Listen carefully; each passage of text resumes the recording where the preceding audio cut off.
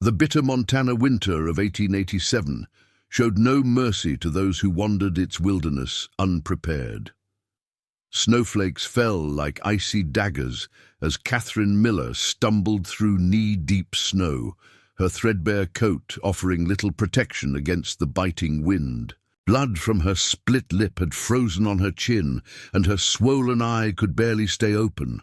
But the fear of what awaited her back at the cabin pushed her forward through the darkness.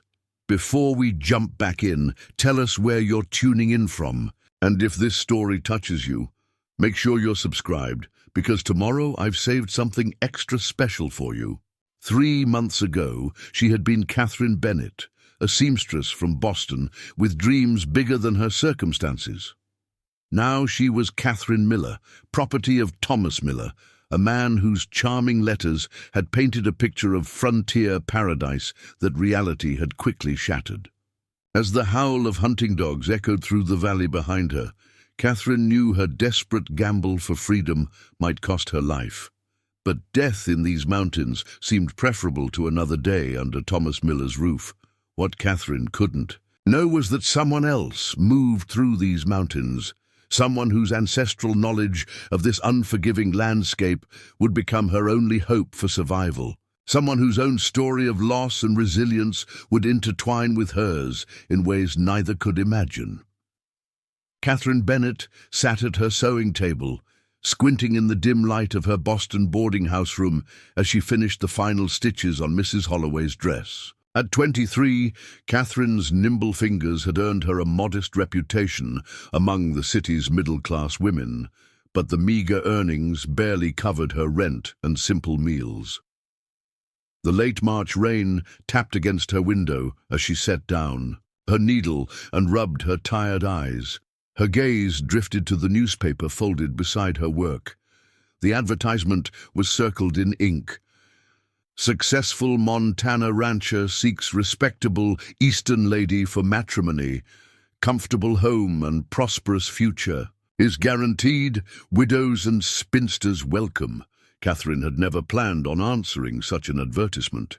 She had watched other women from the boarding house depart for Western territories with hopeful smiles, only to receive letters later describing harsh realities far from the promised prosperity. But with her younger sister Sarah's consumption worsening and treatment costs mounting, Catherine's options had narrowed to desperate measures. The letter that arrived from Thomas Miller had seemed heaven sent. His penmanship was refined, his descriptions of his Montana ranch vivid and promising. 200 acres of the most fertile land, he wrote, a solid 2-story home with glass windows and painted siding. He described orchards, cattle, and hired hands who managed the heavy work. Most importantly, he promised that Catherine's sister would be welcome, with clean mountain air to heal her lungs. You won't be just a wife, his third letter assured her, but a partner in building something meaningful in this magnificent country. Catherine's fingers traced the final letter she had received, the one containing the train ticket and a small daguerreotype of Thomas Miller. The man in the image appeared to be in his late 30s, broad-shouldered, with a neat beard and steady eyes. He looked respectable, solid, exactly what Catherine had hoped for. Her correspondence with Thomas had lasted 4 months before she agreed to his proposal. In that time, she had shared her fears and dreams, her situation with Sarah, and her hope for a better life than Boston could offer a woman of her station. He had responded with patience and apparent understanding. "We'll make this decision together," Sarah had insisted as they read his letters aloud. Though 2 years younger, Sarah had always possessed a wisdom beyond her years. "If anything in his words doesn't feel right, we'll find another way." But nothing had felt wrong until they stepped off the train in Billings. Thomas Miller had indeed been waiting at the station as promised, but Catherine's first glimpse of her future husband sent a chill through her that had nothing to do with the autumn air.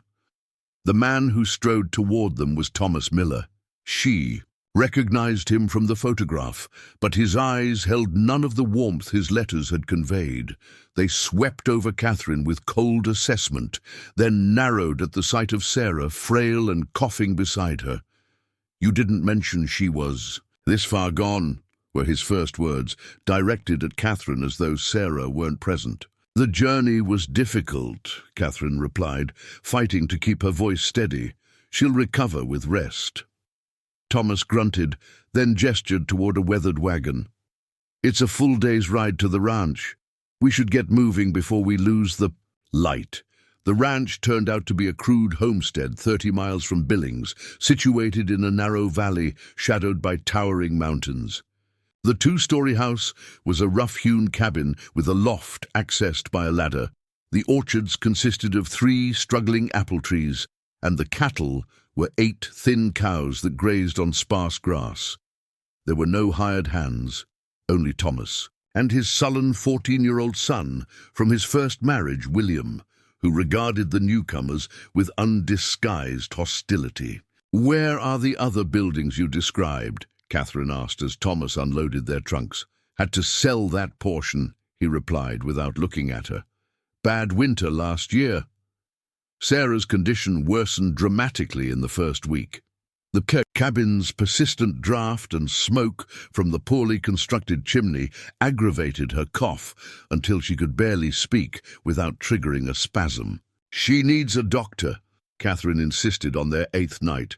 As Sarah's fever climbed, Thomas looked up from his dinner. "Nearest doctor's in Billings, too far with snow coming." "Then I'll need medicine at least, something for the fever and cough." "Trading posts might have something. I'll go tomorrow if the weather holds." The weather did hold, but Thomas didn't return until 3 days later. He brought no medicine, but his breath carried the unmistakable scent of whiskey. "They were out," was all he said when Catherine questioned him. That night, after Sarah had finally fallen into fitful sleep, Thomas called Catherine to their shared bed, a matrimonial right he had claimed immediately upon their arrival, despite Catherine's request, for time to adjust to their new circumstances. "No husband of mine sleeps alone while his wife gets comfortable," he had informed her on their first night. The bruise he left on her wrist when she hesitated had been the first of many. But tonight, Catherine couldn't bear it. "My sister might need me," she said, standing her ground by Sarah's bedside. Thomas's face darkened. "Your sister's dying. Nothing you can do about that. Your place is with your husband." "Please, Thomas, just tonight." His hand struck her face. Before she could finish, Catherine stumbled backward, knocking over the water pitcher she had placed by Sarah's bed. "You seem to have forgotten our arrangement," Thomas said, his voice dangerously soft. "I paid for your train tickets. I'm putting a roof over your heads and food in your ungrateful mouths. You owe me wifely duties." When he grabbed her arm, Catherine saw something in his eyes that broke through her shock, a familiar calculation. She suddenly understood with sickening clarity that there had never been a prosperous ranch. Thomas Miller had written to dozens, perhaps scores of desperate women, painting the same false picture. How many had come before her? How many had endured until they couldn't anymore? Catherine submitted that night, as she had every night since her arrival. But as Thomas snored beside her later, she made a silent vow that she would find a way out, for herself and for Sarah. The opportunity came 3 weeks later, after Sarah, finally admitted to the doctor in Billings, died of pneumonia. Thomas had reluctantly paid for a simple pine coffin, but refused the expense of a proper grave marker. "Wood rots," he said dismissively as they stood over the fresh mound of earth behind the cabin. "No point wasting money on something that won't."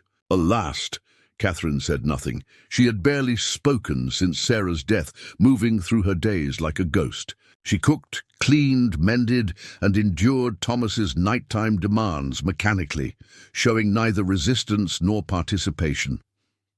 Her silence seemed to frustrate Thomas more than her earlier attempts at asserting herself had.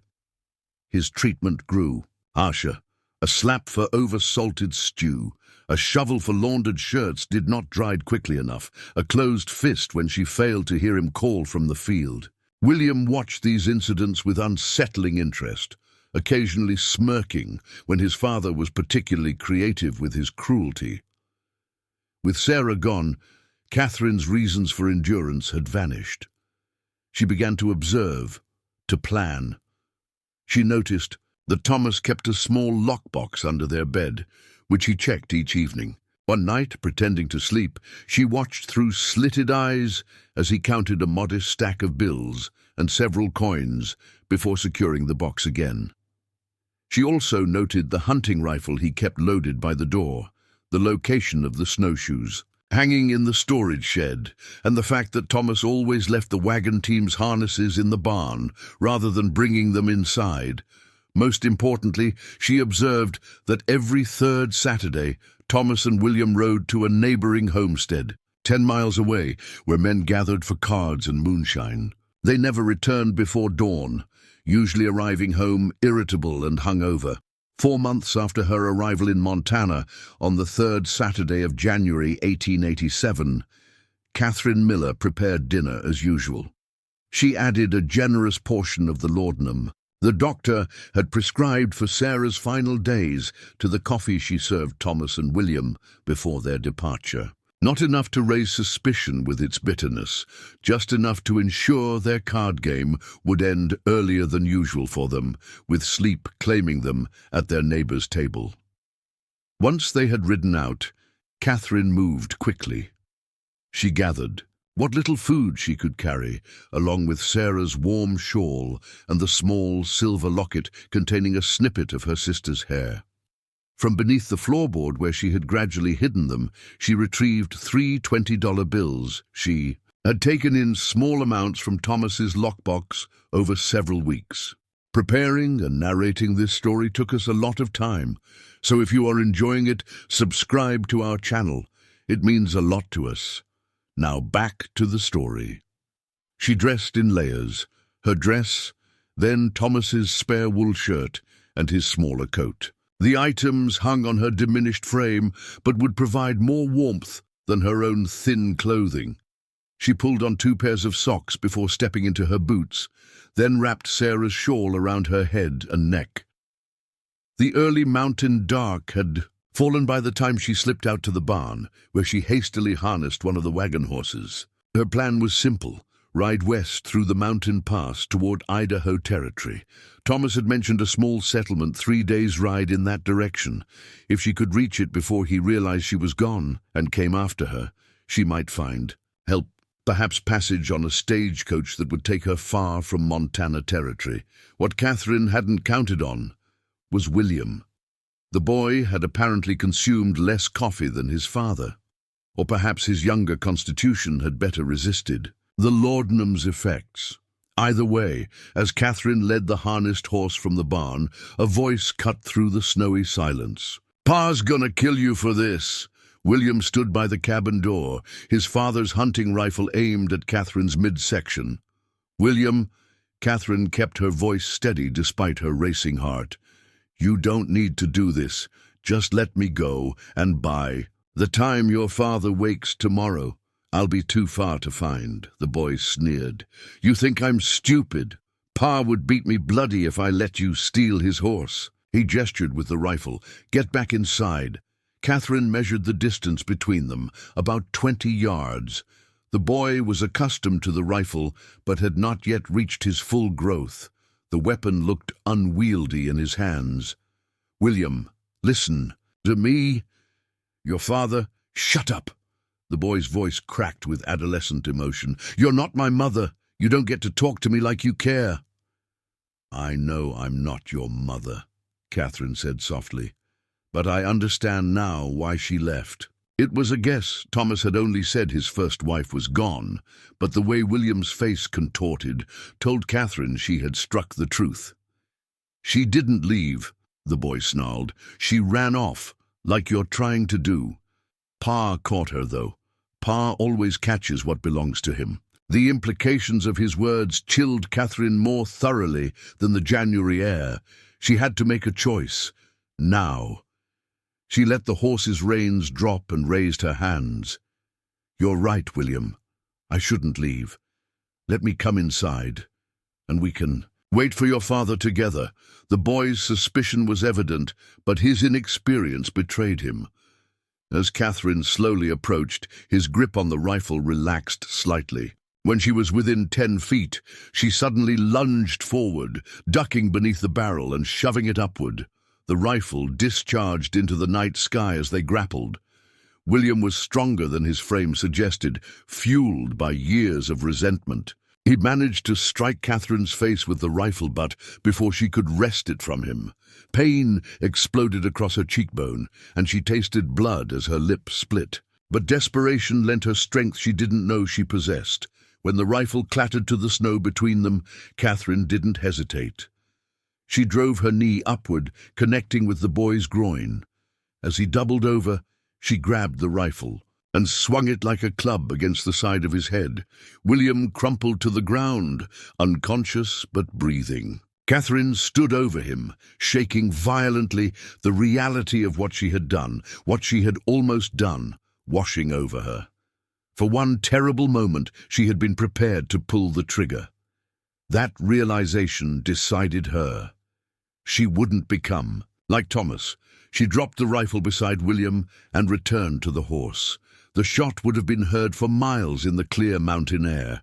She had minutes at most before someone came to investigate. Abandoning her original plan, Catherine mounted the horse bareback and urged it toward the eastern mountain pass instead of west. Thomas would expect her to head toward the settlement. She would go the opposite direction, into the wilderness of the Beartooth Mountains. It was madness in January, but it was her only chance.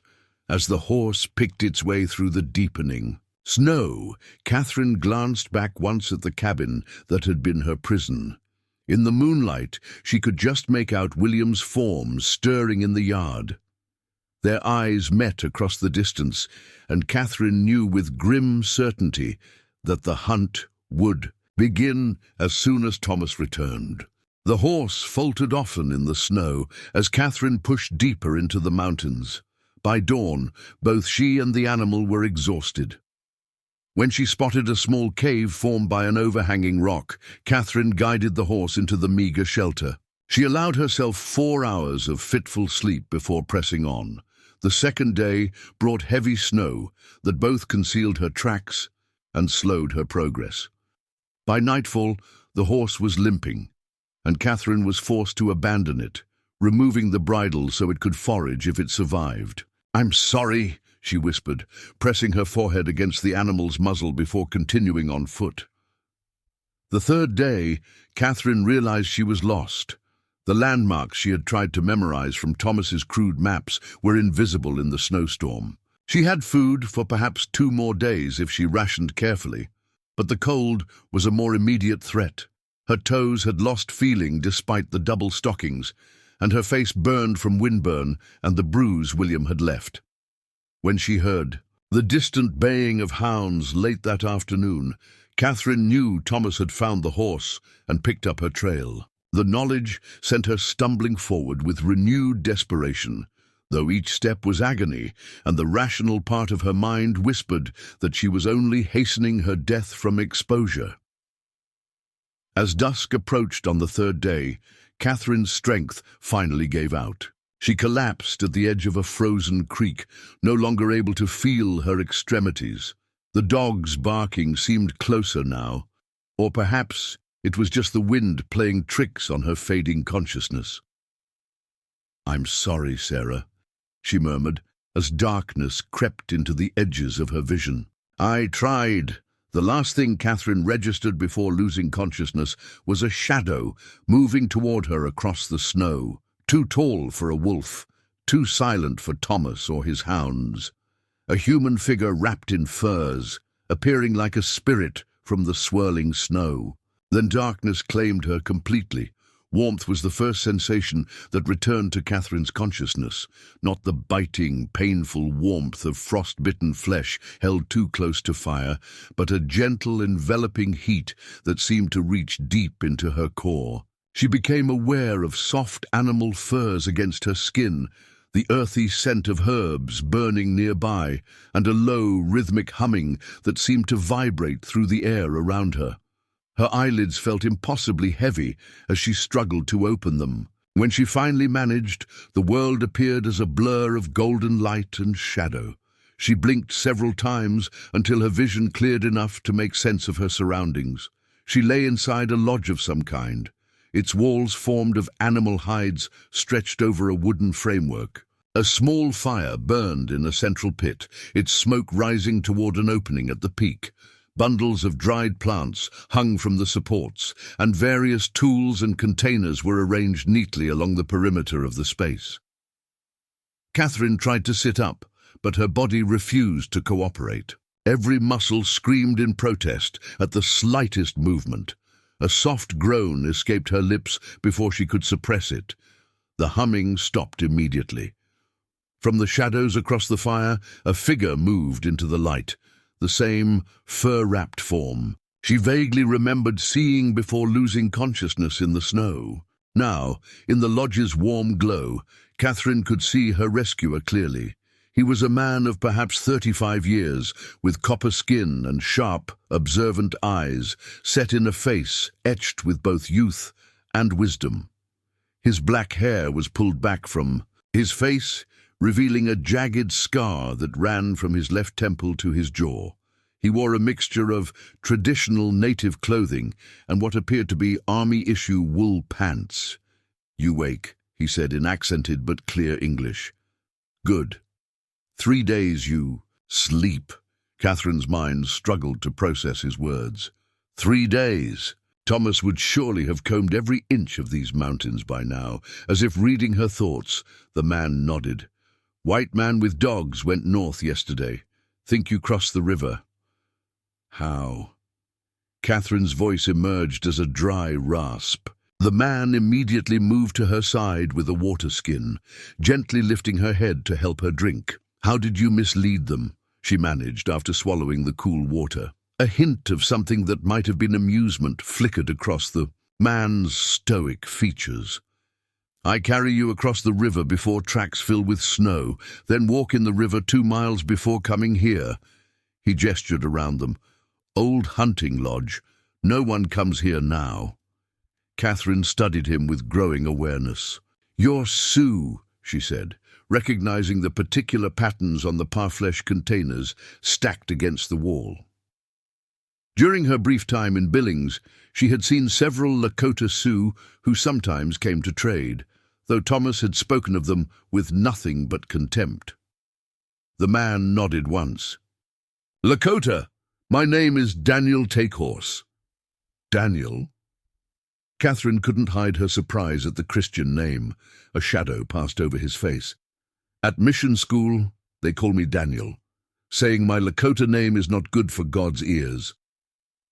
He straightened, his shoulders slightly. "But my people know me as Mahpialuta, Red Cloud." "Not the great chief?" Catherine asked, having heard tales of the famous Lakota leader even in Boston. Daniel, or Mahpialuta, shook his head. "My grandfather's cousin was the great chief. I named it to honor him." He studied her face for a moment. "Your name?" "Catherine. Catherine Bennett." She hesitated, then corrected herself. "Miller. Catherine Miller." "Catherine." He pronounced it carefully. "The man hunting you. He is your husband." Catherine looked away, shame washing over her despite her circumstances. "Yes, though our marriage was built on lies." Daniel nodded, as though this confirmed something he had already suspected. "Rest now. When you are stronger, we talk more." Over the next 2 days, Catherine drifted in and out of consciousness as her body fought to recover from its ordeal. Each time she woke, Daniel was there, offering water, broth made from jerky, or tea brewed from pine needles that he said would prevent the lung sickness that came from extreme cold. He treated her injuries with a gentle efficiency that suggested experience with healing. The frostbite on her toes and fingers was minor, thanks to the layers she had worn, but her face was badly bruised from William's blow, and exposure had left her lips cracked and bleeding. On the third day of her conscious recovery, 6 days after her escape from Thomas's cabin, Catherine finally felt strong enough to sit up without assistance. Daniel had just returned from checking his snare lines, a snowshoe hare hanging from his belt. "You look better," he observed, as he set about skinning his catch outside the lodge entrance, where a small vestibule area kept the worst of the cold. "Air from entering the main space. Thanks to your care," Catherine replied, pulling the fur robes more securely around her shoulders. Her own clothes were folded nearby, clean but still damaged from her journey. Daniel had provided her with a buckskin dress and rabbit fur leggings while she recovered. "I owe you my life." Daniel's hands worked with practiced precision as he prepared the hair. "All life is connected. I will help you. Perhaps one day you can help another." When he had finished, he brought the meat inside and added it to a pot, already simmering with wild onions and dried berries. As they waited for the food to cook, Catherine gathered her courage to ask the question that had been brewing since she first woke. "Why did you help me? You risked your own safety carrying a white woman through the mountains in winter." Daniel was silent for so long that Catherine thought he might not answer. Finally he spoke, his voice quiet but clear over the crackling fire. "6 winters ago, I lived with my wife, Morning Star, and our daughter Emma on a reservation at Pine Ridge. Government men say we must farm like white men, live in square houses, send children to mission school." His eyes fixed on some distant memory. "Emma got sick at school, coughing sickness. When it snows deep like now, she dies." Catherine's heart constricted. "I'm so sorry." Daniel acknowledged her sympathy with a slight nod. Morning Star's spirit breaks. She stopped eating, stopped speaking. When spring comes, she walks into Black Hills and does not return. He looked directly at Catherine. "I understand losing someone. Who is your heart? I see you in the snow, and I think of Morning Star. No one should die alone in the cold." The simple honesty of his words moved Catherine deeply. She had expected some political motivation or perhaps a desire for reward. Instead, she found herself confronted with pure human compassion, something Thomas Miller had promised in his letters but never delivered in reality. "After Morning Star is gone, I leave the reservation," Daniel continued. "Come to mountains, where Lakota once hunted freely. Army men say I am hostile for leaving, but I make no war. I hunt, I trade furs with white settler Jackson, who keeps my secret. I live." His story explained the mixture of traditional and white men's clothing, the hunting lodge that blended native and settler construction methods. Daniel Takes Horse was a man caught between worlds, choosing isolation rather than the slow suffocation of the reservation. "What will you do now?" he asked, stirring the pot of stew. Catherine had been asking herself the same question. "I can't go back east," she said slowly. "Thomas would eventually find me. He knows I'm from Boston, and I have nothing there anymore." The thought of Sarah's empty boarding house room brought a fresh wave of grief. "The nearest town is Butler's Creek, 2 days' walk when you are stronger," Daniel offered.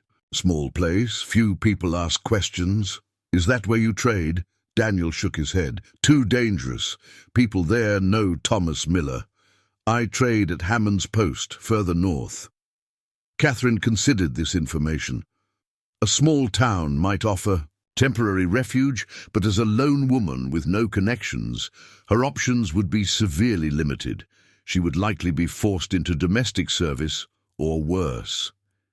As if sensing her thoughts, Daniel spoke again. "You could stay until spring." The offer hung in the air between them. Catherine studied his face, searching for hidden meaning or threat, but found only the same straightforward compassion he had shown since rescuing her. "Why would you take such a risk on a stranger?" she asked. Daniel ladled stew into 2 wooden bowls and handed one to Catherine before responding. Winter in the mountains is long. Even Lakota are not meant to be alone always. He looked around the lodge. I have food, shelter, furs. You need time to heal, to decide the path forward. Simple math. Catherine couldn't help but smile at his practical assessment. After months of Thomas's false promises and hidden motives, Daniel's honesty was refreshing. Still, she hesitated. Thomas won't stop looking easily. He considers me his property. Miller and son search for 3 days, then return to the cabin, Daniel reported matter-of-factly. Yesterday I saw Miller in the valley with another man. They follow an old trail north. He pointed in the opposite direction from their current location. Snow is coming again tonight. By morning all the tracks were gone. The prospect of safety, even temporary, was overwhelming. Catherine felt tears welling in her eyes and blinked them back fiercely. She had done enough crying in recent months. "Thank you," she said simply. "I accept your offer until spring." Daniel nodded, satisfied, and they ate in companionable silence. The next weeks fell into a rhythm, unlike anything Catherine had experienced before. As her strength returned, Daniel taught her the skills needed to survive in the winter wilderness, how to move quietly through snow-laden forests, how to read animal tracks, how to use every part of the creatures they hunted so nothing was wasted. He showed her how to scrape and tan hides, a skill not unlike the seamstress work she had done in Boston, but requiring greater strength. Her hands, once soft from indoor work, grew calloused and capable. The lodge, which had seemed small at first, proved perfectly designed to retain heat while allowing just enough ventilation to prevent smoke sickness. For his part, Daniel seemed to appreciate having someone to share the burden of daily survival. Tasks. He was neither talkative nor completely silent, offering information when needed and occasionally sharing stories of Lakota traditions as they worked. He never pressed Catherine for details about her life with Thomas, but listened attentively. When she volunteered pieces of her story, one evening in late February, as they sat mending equipment by the fire, Catherine finally told him everything about Sarah's illness, the desperate hope Thomas's letters had kindled, the brutal reality of her married life, and her final decision to flee. Daniel listened without interruption, his nimble fingers continuing to repair a snowshoe, even as his eyes reflected the firelight and something darker. "This Thomas Miller," he said when she had finished. "He has a reputation even among my people. 3 winters ago, he shot a Lakota boy who he claimed stole a horse. Boy, only 14 summers." His voice remained even, but Catherine could sense the controlled anger beneath his words. "Indian agents say nothing. Sheriff said nothing. Miller walks free." Catherine wasn't surprised. During her months at the cabin, she had witnessed Thomas's casual cruelty toward anyone he deemed beneath him, which was virtually everyone except the handful of landowners with whom he played cards. "He will never stop looking for me," she said quietly, "not because he cares for me, but because his pride won't allow a woman to leave him." Daniel set aside the completed snowshoe. "Spring will come. Snow will melt. You must decide then. Stay in the mountains, go to town, or travel far away." He regarded her thoughtfully. "What does your heart tell you?" Catherine had been contemplating this question for weeks. The obvious choice was to travel as far from Montana Territory as possible, perhaps to California, or even back to the East Coast under a different name. Yet something held her back from embracing this plan wholeheartedly. "I don't know yet," she admitted. "Part of me wants to run as far as possible, but another part—" She hesitated, uncertain how to express the growing feeling that had taken root alongside her recovery. "Another part feels stronger here than I've ever been, as though I'm finally becoming the person I was meant to be." not the person circumstances forced me to be. Daniel nodded as though her words made perfect sense. Lakota believed that sometimes Creator leads us to difficult paths because that is where our true spirit can grow. He gestured toward the lodge around them. This is not the life I was born to live, but here I am still Lakota, still Mapia Luta, still myself. His wisdom resonated deeply with Catherine. In Boston, she had been defined by her poverty, her spinsterhood, and her sister's illness. With Thomas, she had been reduced to property, a servant with wifely duties. Here in the wilderness, stripped of all societal constraints, she was beginning to discover who Catherine Bennett truly was, separate from others' expectations and demands. As March arrived, bringing longer days and occasional thaws, Catherine's thoughts increasingly turned to the future. The temporary sanctuary Daniel had offered couldn't last forever. Soon, the spring hunt would take him deeper into the mountains, and the increased activity of settlers would make the lodge's location less secure. Daniel never pressed her for a decision, but Catherine sensed his awareness of the changing season. In the way he intensified her training, showing her how to build various shelters, teaching her to start fires using multiple methods, and explaining which early spring plants could sustain life. One crisp morning, as they checked a fishing line Daniel had set through the ice of a small lake, he suddenly tensed, his hand signaling Catherine to silence. Years of hunting had honed his senses beyond what Catherine could perceive, but she froze immediately, trusting his instincts.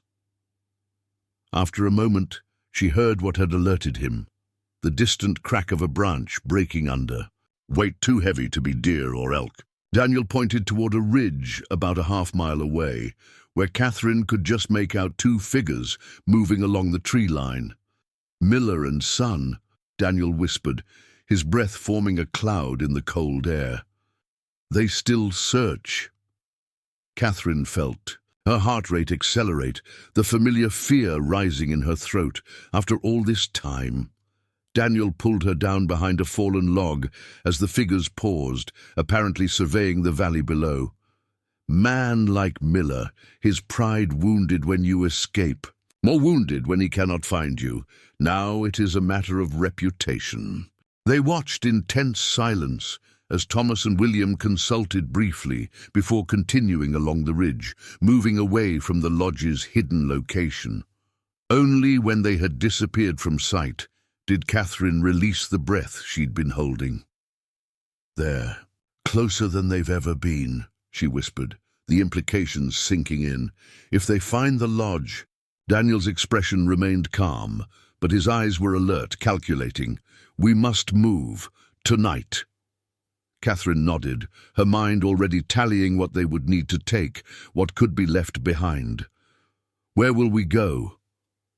Higher into mountains. I have a summer hunting camp near a sacred lake. No white man finds it without a guide. As they hurried back to the lodge, taking a circuitous route to avoid leaving obvious tracks, Catherine felt a strange mixture of fear and determination. 2 months ago, the prospect of fleeing deeper into the wilderness would have terrified her. Now it seemed the only logical choice.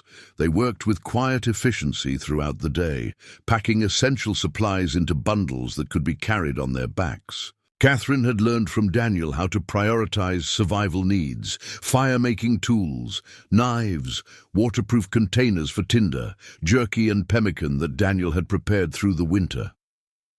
As dusk approached, Daniel extinguished the lodge fire and scattered the ashes. They swept the packed earth floor to remove obvious signs of recent habitation, though Daniel explained that the lodge itself was known to several white trappers as an abandoned shelter, its occasional use unlikely. To raise suspicion. Ready? He asked as Catherine secured the last bundle to her back. She had exchanged the buckskin dress for sturdy wool trousers and a hide jacket that allowed greater freedom of movement. Her hair, once arranged in careful Boston fashion, was now braided simply down her back. Catherine took a final look around. The lodge that had been her sanctuary through the harshest months of winter. Here she had recovered not just her physical strength, but something more valuable, her sense of self-determination. "Ready," she affirmed, adjusting the pack's weight. "Lead the way." As they slipped into the gathering darkness, moving silently. Through the snow-covered forest, Catherine realized that for the first time since Sarah's death, she felt something like hope. Not the desperate hope that had driven her to answer Thomas Miller's advertisement, but something more substantial, a belief in her own capacity to forge a new path, whatever challenges lay ahead. Behind them, the lodge stood empty, a temporary shelter abandoned to the elements. Ahead lay uncertainty, danger, and the promise of spring. Catherine followed Daniel's sure steps into the wilderness, leaving no tracks for Thomas Miller to follow. The journey to Daniel's summer hunting camp tested Catherine's newly acquired wilderness skills to their limits. They traveled only by night. For the first 3 days, resting in makeshift shelters during daylight hours to minimize the risk of being spotted. The higher elevation brought deeper snow and harsher winds, forcing them to move slowly and deliberately through treacherous mountain passes.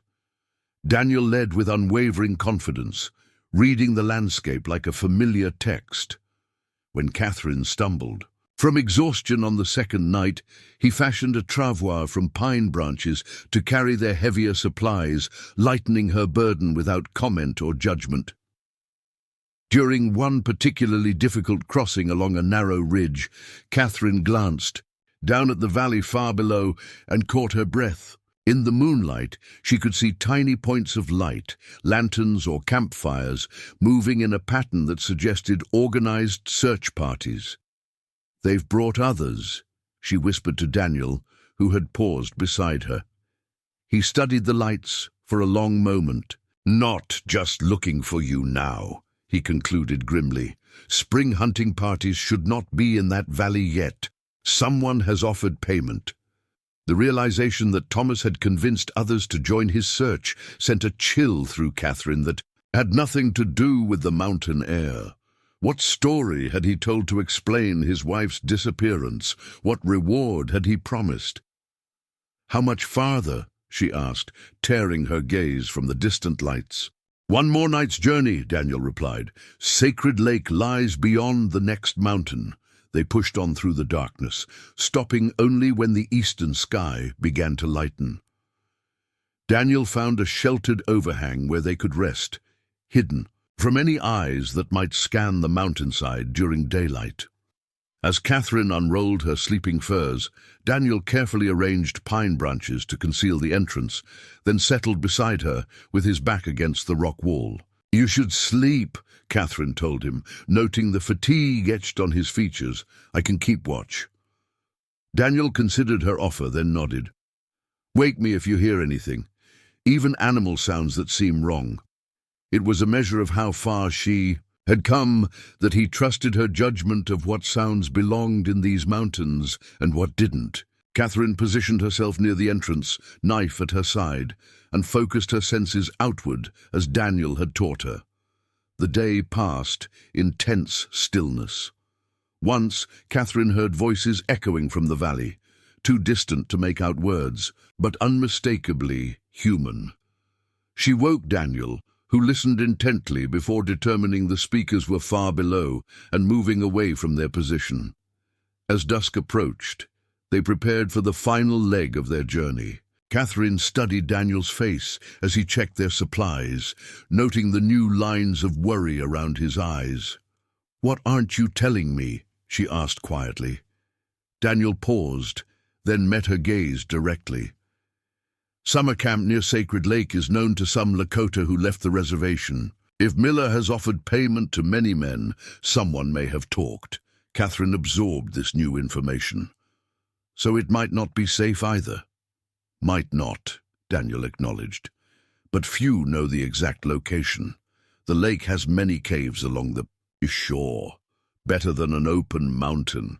As they set out into the gathering darkness, Catherine felt a growing resolve replacing her fear. 2 months ago, she had fled Thomas's cabin with nothing but desperation driving her forward. Now she moved with purpose, her body stronger, her mind clearer about what she was running toward, rather than just what she was running from. The final night's journey proved the most challenging yet. The trail climbed steeply, winding through. Passages so narrow they had to remove their packs and push them ahead before squeezing through themselves. The wind howled through the mountain corridors, carrying stinging particles of ice that felt like needles against any exposed skin. Shortly before dawn, they created a ridge, and Daniel touched Catherine's arm, pointing ahead. Below them, nestled, in a sheltered valley, lay a small lake, its surface still frozen but gleaming with an almost luminous quality in the pre-dawn light. Surrounding the lake were dense pine forests and rocky outcroppings that promised countless hiding places. "Wakan Mani," Daniel said softly. "Sacred water."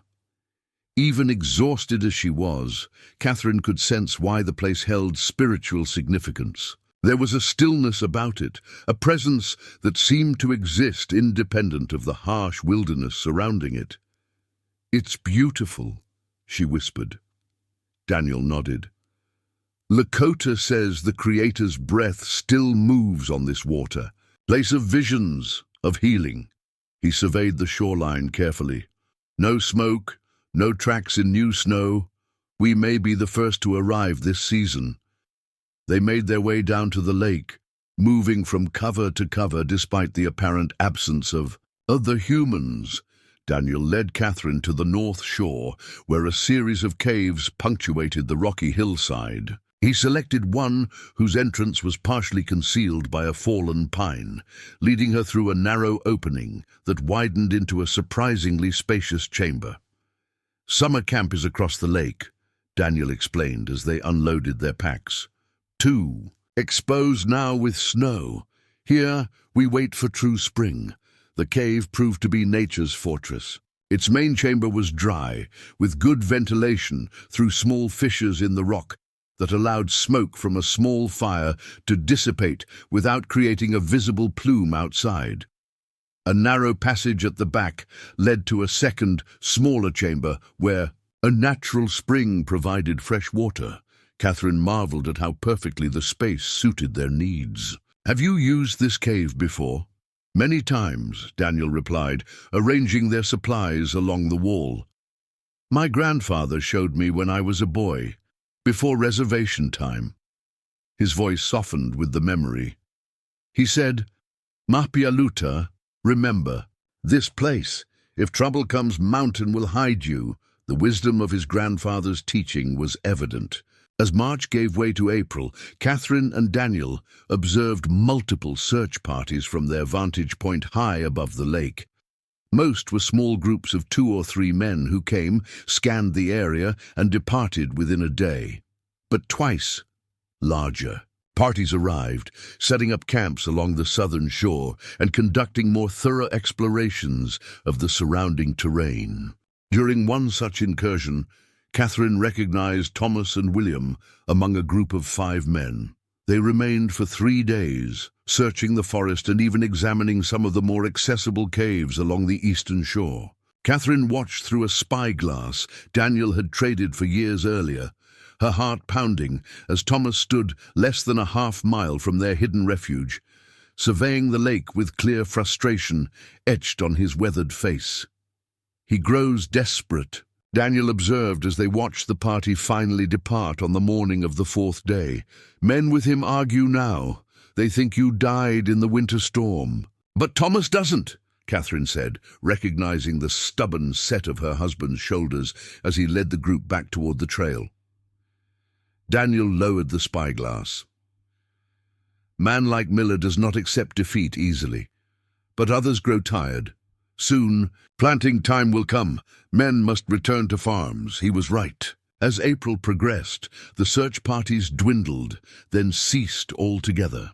The lake ice began to break up, creating a patchwork of open water and floating sheets that rearranged themselves with each changing wind. The first spring birds returned, filling the dawn with song that echoed off the mountainsides. With the immediate threat diminishing, Catherine and Daniel established a more sustainable routine. They moved to Daniel's summer camp on the western shore, a well-constructed lodge, larger than the winter shelter, with a separate storage structure built on stilts to protect food from bears awakening from hibernation. Daniel taught Catherine to fish through the remaining ice, to identify the early spring plants that could supplement their dwindling supplies, and to set snares for the snowshoe hares that were beginning to shed their white winter coats. They worked together with the easy rhythm of people who have learned to anticipate each other's movements, communicating often with gestures rather than words. One evening in late April, as they prepared a meal of fresh fish and wild greens, Daniel spoke of things they had previously left unaddressed. "Soon mountain passes will clear," he said, carefully deboning a trout. "Traders will come through the valley. Trappers will bring furs to Hammond's Post." Catherine nodded, understanding the implications. The isolation that had protected them through the waning winter would soon give way to the more active patterns of the trading season. "You think we should separate?" she said, making it a statement rather than a question. Daniel met her gaze directly. "Safer for you. Miller knows now to look for a Lakota man with white woman." The logic was sound, yet Catherine felt an unexpected resistance to the idea. These months with Daniel had altered her in ways she was only beginning to comprehend. Beyond the practical survival skills, she had absorbed something of his worldview, his patience, his awareness of the interconnectedness of all living things, his ability to distinguish between what could be changed and what must be accepted. "Where would I go?" she asked, though she had already contemplated various possibilities during their long evenings in the cave. "Hammond's Post has a new widow who runs a boarding house," Daniel suggested. "She needs help. Jackson, the trader who knows." "Me, he could speak for you." "And what story would I tell? A woman alone raises questions." Daniel considered this. Young widow from a distant settlement, seeking a new start after husband died in a mining accident. Hammond's Post far enough from Miller's territory. Few connections between valleys. It was a plausible narrative, one that would explain both her presence in the territory and her desire to establish a new life away from painful memories. Catherine could easily adopt the role of grieving widow. She had, after all, been grieving some aspect of her life for as long as she could remember.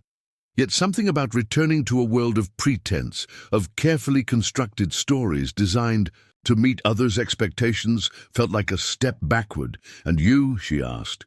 "What will you do when I'm gone?" An unreadable expression crossed Daniel's face. "Same as before. Hunt, trap, trade, live." Catherine studied him across the cooking fire. In the flickering light, the scar along his jaw appeared more pronounced, a permanent reminder of whatever violence had marked his transition from reservation life to this solitary existence. She knew parts of his story now: the mission school where they had called him Daniel, the loss of his daughter and wife, his decision to return to the traditional ways of his people despite the government's prohibitions. What she didn't know, hadn't asked, was whether his isolation was a choice born of preference or necessity. "Would you ever consider leaving the mountains?" she asked carefully. Daniel's hands stilled their work.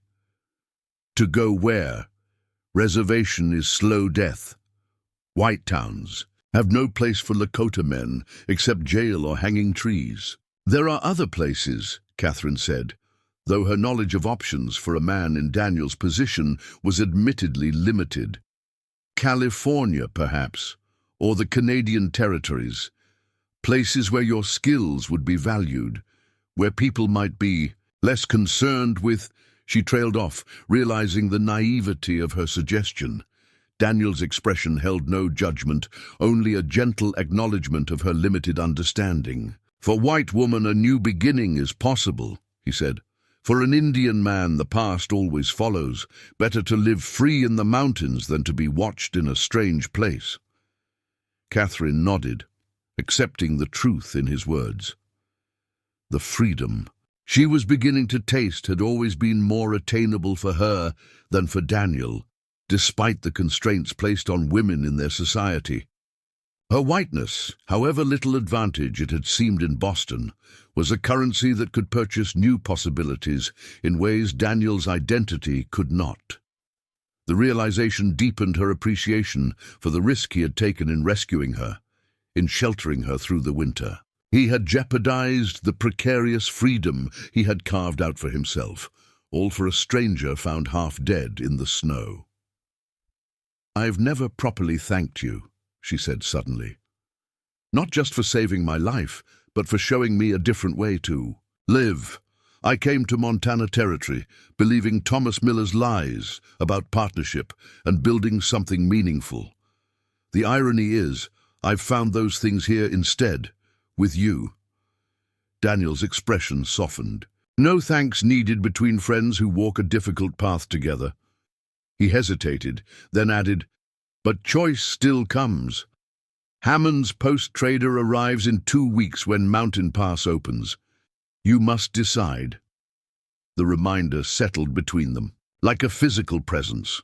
2 weeks, 14 days to determine the course of her future. That night, as Catherine lay in her sleeping furs, listening to the lapping of the newly thawed lake against the shore, she contemplated the paths before her. The practical choice was clear.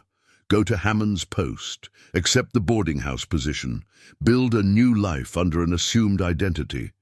In time, if Thomas Miller's obsession faded, she might even risk traveling to a larger city where more opportunities awaited a woman of her skills and newfound resilience. Yet something about this sensible plan left her restless. Perhaps it was the thought of leaving the mountains that had both threatened her life and ultimately saved it. Or perhaps, and this possibility was more difficult to examine, it was the prospect of saying goodbye to the man whose quiet strength had transformed her understanding of what it meant to truly live freely. As April gave way to May, Catherine's decision remained unmade.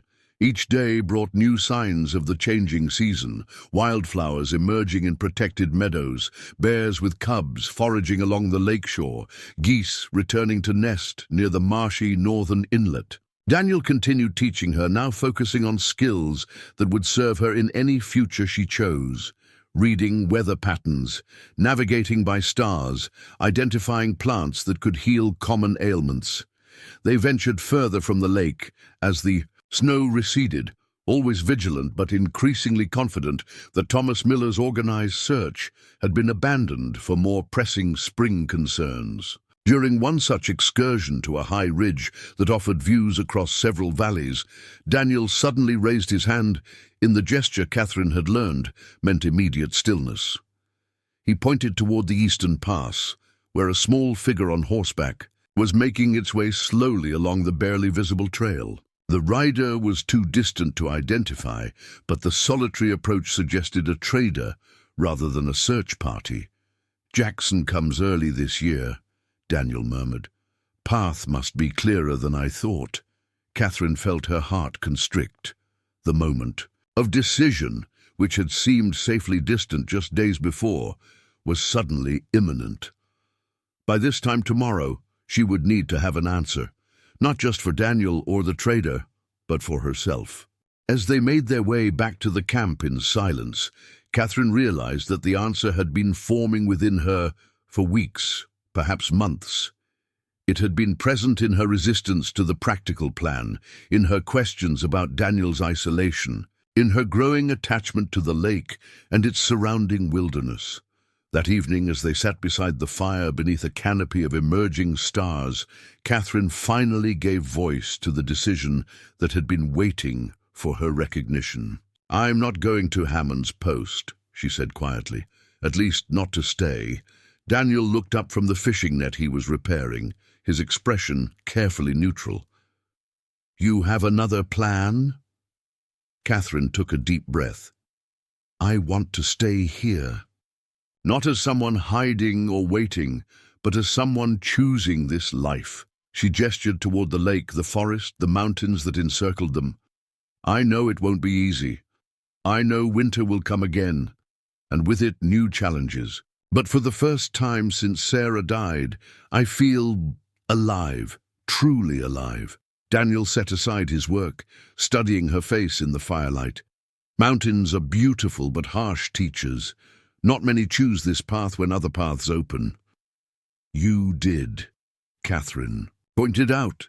For me, few other paths existed, he reminded her gently. I understand that, and I understand that I have options you don't. Catherine met his gaze steadily. That's precisely why my choice matters. I'm not staying because I'm trapped or afraid. I'm staying because here, with you, I've found something worth more than safety or convenience.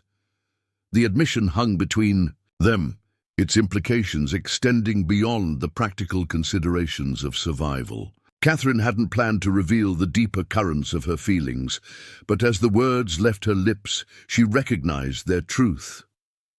Daniel was silent for a long moment, his expression unreadable in the dancing shadows. When he finally spoke, his voice was low but clear. If you stay, you must be sure. Winter will test resolve harder than spring. Catherine nodded. I am sure. Another silence, this one lighter somehow. Then Daniel's mouth curved in a rare smile that transformed his solemn features. Then we have much work to prepare before snow comes again. As the fire burned low, they began to plan. Not as rescuers and rescued, but as partners facing a future. They had both chosen. The trader would still come tomorrow, bringing supplies they would need, carrying messages perhaps, but not Catherine herself. Thomas Miller still roamed the territory beyond the mountains, his wounded pride perhaps still, driving him to search. But that threat, like the winter that would eventually return, was a challenge to be faced rather than feared. One challenge among many in a life that promised nothing except the freedom to meet each day on its own terms. For Catherine Bennett, former mail-order bride, that promise was enough. The trader Jackson proved to be a weathered man in his 50s, with a shrewd gaze that missed nothing and a tongue that shared little. He arrived at the lake with 2 pack mules laden with supplies, greeting Daniel with a familiarity that spoke of years of mutual respect. Took a risk coming early, Jackson commented as they unloaded coffee, ammunition, salt and other essentials that couldn't be procured from the land. Pass nearly took my best mule. Another week would have been wiser. His eyes flickered to Catherine, who stood slightly apart, then back to Daniel. Though I see you had reason to hope for my arrival. Daniel made the introduction simply. Catherine, friend, staying in the mountains. If Jackson was surprised by the presence of a white woman in Daniel's camp, he concealed it well. He merely nodded to Catherine with the same respectful brevity. He showed Daniel, Ma'am, Ralph Jackson, I trade through these parts 3 seasons a year. Catherine stepped forward, offering her hand in the manner she would have in Boston society, then feeling foolish for the formality. Jackson seemed amused, but took her hand briefly. Any friend of Daniel's is someone worth knowing, he said. Not many earn his trust. As they shared a meal of fresh fish and the bread Jackson had brought, the trader revealed himself to be an unexpected source of valuable information. Without directly asking questions, he offered news that filled crucial gaps in their understanding. Of the world beyond the mountains, homesteader named Miller's been causing quite a stir in Billings and beyond, he mentioned casually, accepting a cup of coffee. Claiming his wife was abducted by Indians, got the territorial governor's ear. Somehow. Catherine tensed, but Daniel's expression remained impassive. Does the governor believe this story? Jackson snorted. Politicians believe whatever stirs up voters, but marshals are more practical men. When I heard it, they asked some uncomfortable questions about Miller's previous wife. Seems she disappeared under similar circumstances. He glanced at Catherine, found a grave behind his property that wasn't supposed to exist. The implications of this information hit Catherine like a physical blow. William's cryptic words echoed in her memory. Pa caught her.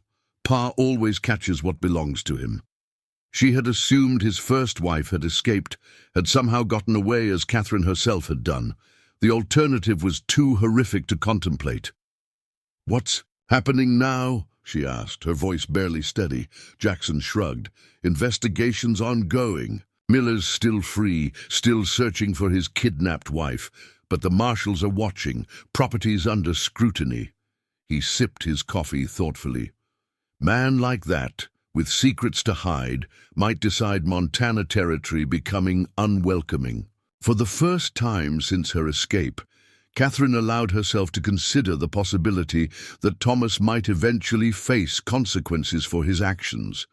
The thought brought no satisfaction, only a hollow relief that justice might prevent him from harming anyone else. As evening approached, Jackson prepared to make camp nearby, declining Daniel's offer to share their lodge. "Appreciate it, but I've slept under stars too long to be comfortable under any roof," he explained. Before departing to his chosen site, he handed Daniel a folded newspaper. "Thought you might want to see this. From Billings, last month." After the trader had gone, Daniel unfolded the paper and spread it beside the fire. A small article near the bottom of the third page carried the headline, "Homesteaders' Claims of Indian Abduction Questioned." Catherine read with growing astonishment as the article detailed how Thomas Miller's story of his wife being kidnapped by hostile Sioux had unraveled when several witnesses came forward. A stagecoach driver reported seeing a woman matching Catherine's description traveling alone, apparently injured, days before Miller claimed the abduction occurred. The doctor who had treated Sarah confirmed that Mrs. Miller had expressed fear of her husband during her final days. Most damning was testimony from a neighboring homesteader who admitted Miller had paid him and others to join search parties, not to find a kidnapped wife, but to hunt down a thieving woman who had allegedly stolen money and a horse. The article concluded with mention of the territorial marshal's interest in examining Miller's property for evidence related to the disappearance of his first wife, Elizabeth Miller, whose family in Pennsylvania had reported no contact for 7 years. "Elizabeth," Catherine whispered, finally knowing the name of the woman whose fate might have been hers. Daniel folded the newspaper carefully. "Miller's story falls apart. This is good for you. And for William," Catherine added, thinking of the angry, damaged boy who had learned cruelty at his father's side. Perhaps if Thomas faced justice, his son might have a chance at a different path. Jackson departed the next morning, promising to return in late summer with more supplies and any news of developments in the Miller case. Before leaving, he took Catherine aside. "Don't know your story, ma'am, and don't need to," he said gruffly. "But if you're planning to stay in these mountains, you should know Daniel Takes Horse is a good man. Better than most I've met of any color. That scar on his face, got it by pulling 2 children from a burning cabin when their parents were already lost. Never mention it." Catherine nodded, unsurprised by this revelation. "I know what kind of man he is, Mr. Jackson." The trader studied her face. "Good. Territory's hard enough without misjudging the few worthy people in it." He mounted his horse, adjusting his wide-brimmed hat against the morning sun. "See you both in August." With Jackson's departure, Catherine and Daniel turned their full attention to preparations for the coming seasons.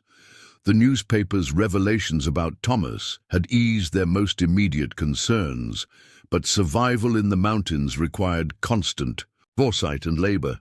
May brought an explosion of life to the Sacred Lake Valley. Wildflowers carpeted meadows that had been snow-covered just weeks earlier. Deer with new fawns ventured down to the water's edge at dawn and dusk. Birds of countless varieties filled the trees with song and movement as they established nesting territories. Daniel taught Catherine how to identify the most nutritious plants, how to harvest them sustainably, and how to preserve their abundance for leaner times. Together, they constructed a proper garden plot near the lodge, Using stones to create terraces on the sloping ground, Daniel had saved seeds from squash, beans, and corn, the three sisters that his people had cultivated for generations, as well as tubers from wild onions and turnips that could be replanted. "Land gives more when we plant with respect," he explained as they prepared the soil, "not taking only, but giving back." Catherine found unexpected joy in this work. In Boston, her only connection to growing things had been the occasional pot of herbs on her boarding house windowsill. Even during her brief time at Thomas's homestead, the garden had been merely another chore in an endless list of demands. Here, working alongside Daniel, she began to understand cultivation as a form of relationship with the earth itself. As she learned the rhythms of their mountain home, Catherine also observed the subtle shifts in her relationship with Daniel. The clear hierarchy of teacher and student that had defined their early interactions gradually gave way to a more balanced partnership. While he still possessed far greater knowledge of wilderness survival, she contributed skills from her former life that improved their comfort and efficiency. Her seamstress training proved invaluable as she repaired and modified their clothing, creating specialized garments for different tasks and seasons. She developed a system for organizing their growing collection of dried herbs and medicinal plants, applying the meticulous record-keeping she had learned in Boston to track which treatments were most effective for various ailments. By June, they had established comfortable routines and clearly divided responsibilities, yet Catherine sensed an undercurrent of change between them that remained unaddressed. The easy camaraderie they had developed during their months of shared danger had evolved into something deeper but undefined. At times, she would look up from her work to find Daniel watching her with an expression that disappeared too quickly to interpret. One evening, as they sat by the fire preparing hides, he was scraping. She softened the cleaned skins with a mixture of animal brains and fat. Catherine decided to broach the subject that had been hovering between them. "Daniel," she began, setting aside her work, "I've been thinking about our arrangement here." He looked up, his hands stilling. "Something wrong?" "No, not wrong." Catherine chose her words carefully. "But not fully honest either. We've been living as partners in survival, and that has worked well.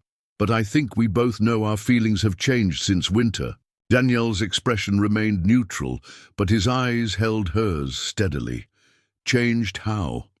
The directness of his question both challenged and emboldened her. In Boston society, such matters were approached through layers of convention and innuendo. Even with Thomas, courtship had proceeded through carefully worded letters that obscured as much as they revealed. But she had left that world behind, along with its constraints and pretenses. "I care for you," she said simply. "Not just as the man who saved my life or taught me to survive here. I care for you as a woman cares for a man she respects and desires to be closer to." The final words came with difficulty, not from uncertainty, but from the vulnerability of speaking truth after a lifetime of measured speech. Catherine felt her cheeks warm, but maintained her gaze. Daniel was silent for a long moment, the firelight playing across his features. When he finally spoke, his voice was low but clear. "Among my people, such words would be followed by gifts to family, talks between elders." A hint of sadness crossed his face. "Old ways, before reservations." "What would happen now?" Catherine asked. Daniel set aside the hide he had been working. "Now, each person must find a new path. No elders to consult, no traditions to follow exactly." He moved to sit beside her, close, but not touching. "But some truths remain. Men and women who join, lives must see each other clearly first." "I believe I see you clearly," Catherine said, "not perfectly perhaps. But I see your strength, your patience, your kindness that exists alongside necessary hardness." "And I see you," Daniel replied, his voice softening. woman who survived much, who chooses a difficult path because it is the true path. He hesitated, then added, but there are realities we must face. Children from such a union would belong to neither world fully, would face hatred from both. The mention of children startled Catherine. In her previous life, motherhood had been an expected role she had never had the opportunity to fulfill. After Sarah's death and her escape from Thomas, she had set aside such considerations entirely, focused only on immediate survival. "You've thought that far ahead?" she asked. A rare smile touched Daniel's lips. Lakota always think of future generations. Even when living day to day, Catherine considered his words carefully. The prospect of children born between worlds, carrying both their bloodlines in a society that would reject such blending, was indeed daunting. Yet something in Daniel's concern reassured rather than discouraged her. He wasn't refusing her. He was ensuring she had considered all aspects of what she was proposing. "I can't pretend to know what challenges such children would face," she acknowledged. "But I do know that any child raised with the wisdom you've shown me would have strengths most others lack." She met his gaze directly. "And I would rather face those challenges together than live safely apart." Daniel studied her face in the firelight, seeming to search for any hesitation or romanticized thinking. Finding none, he reached slowly for her hand, enfolding it in his larger one. "Then we will make our own way," he said. "Not the Lakota way only, not white way only, but a new path we create together." That night, their relationship transcended the boundaries of friendship and necessity that had previously defined it. In the privacy of the lodge, illuminated only by dying embers, they discovered each other as man and woman rather than survivor and rescuer. Catherine found in Daniel's embrace a tenderness Thomas Miller had never possessed, along with a passion, born of genuine connection rather than mere ownership. As summer progressed, their bond deepened through shared work and increasingly shared dreams. They expanded the garden, built a smokehouse for preserving the salmon that began running up the stream that fed the sacred lake, and constructed a more substantial winter shelter that combined the best elements of Lakota design with innovations. Catherine suggested, based on her observations during the previous winter, Jackson returned in August, as promised, bringing more supplies and news that both relieved and disturbed them. Thomas Miller had indeed fled Montana Territory, abandoning his homestead under cover of night just ahead of the marshal's planned arrest. He had taken William with him, and their whereabouts were unknown, though rumors suggested they had headed for Wyoming or perhaps the Dakota Territory. "Marshals found enough evidence on that property to hang him twice over," Jackson reported grimly. "Seems Mrs. Elizabeth Miller wasn't his only victim. Found remains of a young Indian woman buried near the north pasture, too." The news cast a temporary shadow over their mountain sanctuary. Though Thomas was gone from Montana, the knowledge that he remained free somewhere in the vast western territories was unsettling. Still, with each passing month making his discovery of their location less likely, Catherine and Daniel gradually allowed themselves to focus more on building their future than on guarding against threats from the past. By late September, the first dusting of snow had decorated the highest peaks surrounding their valley. The garden had yielded a substantial harvest, much of it now stored in the root cellar they had dug into the north-facing slope behind the lodge.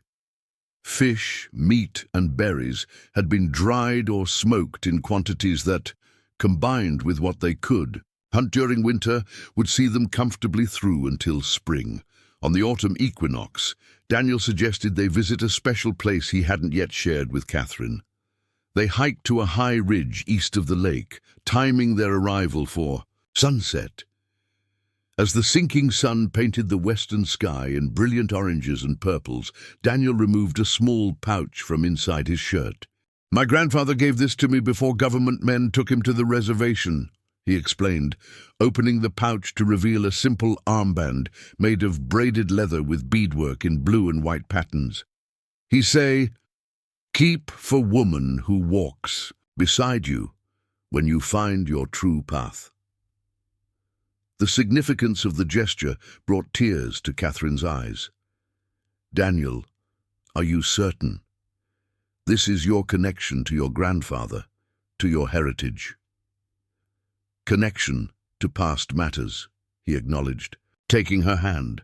"But connection to the future matters more. You are my future now." As he placed the band on her arm, securing it with practiced fingers, Daniel spoke words in Lakota, a prayer or blessing Catherine couldn't understand but could feel resonating through her. When he finished, he translated softly, "May the sun warm your face, the rain clean your spirit, the earth support your steps, and my heart walk beside yours until we join our ancestors among the stars." Catherine recognized the words not as a traditional Christian wedding vow, but as something more profound, a commitment transcending the legal and religious institutions of either of their former worlds. This union required no church, no document, no witness except the mountains and sky that had brought them together. As they stood facing each other on the ridge, the last light of day giving way to the first stars of evening, Catherine offered her own promise. "I left a world where women were possessions, where marriage meant submission, where love was a luxury few could afford."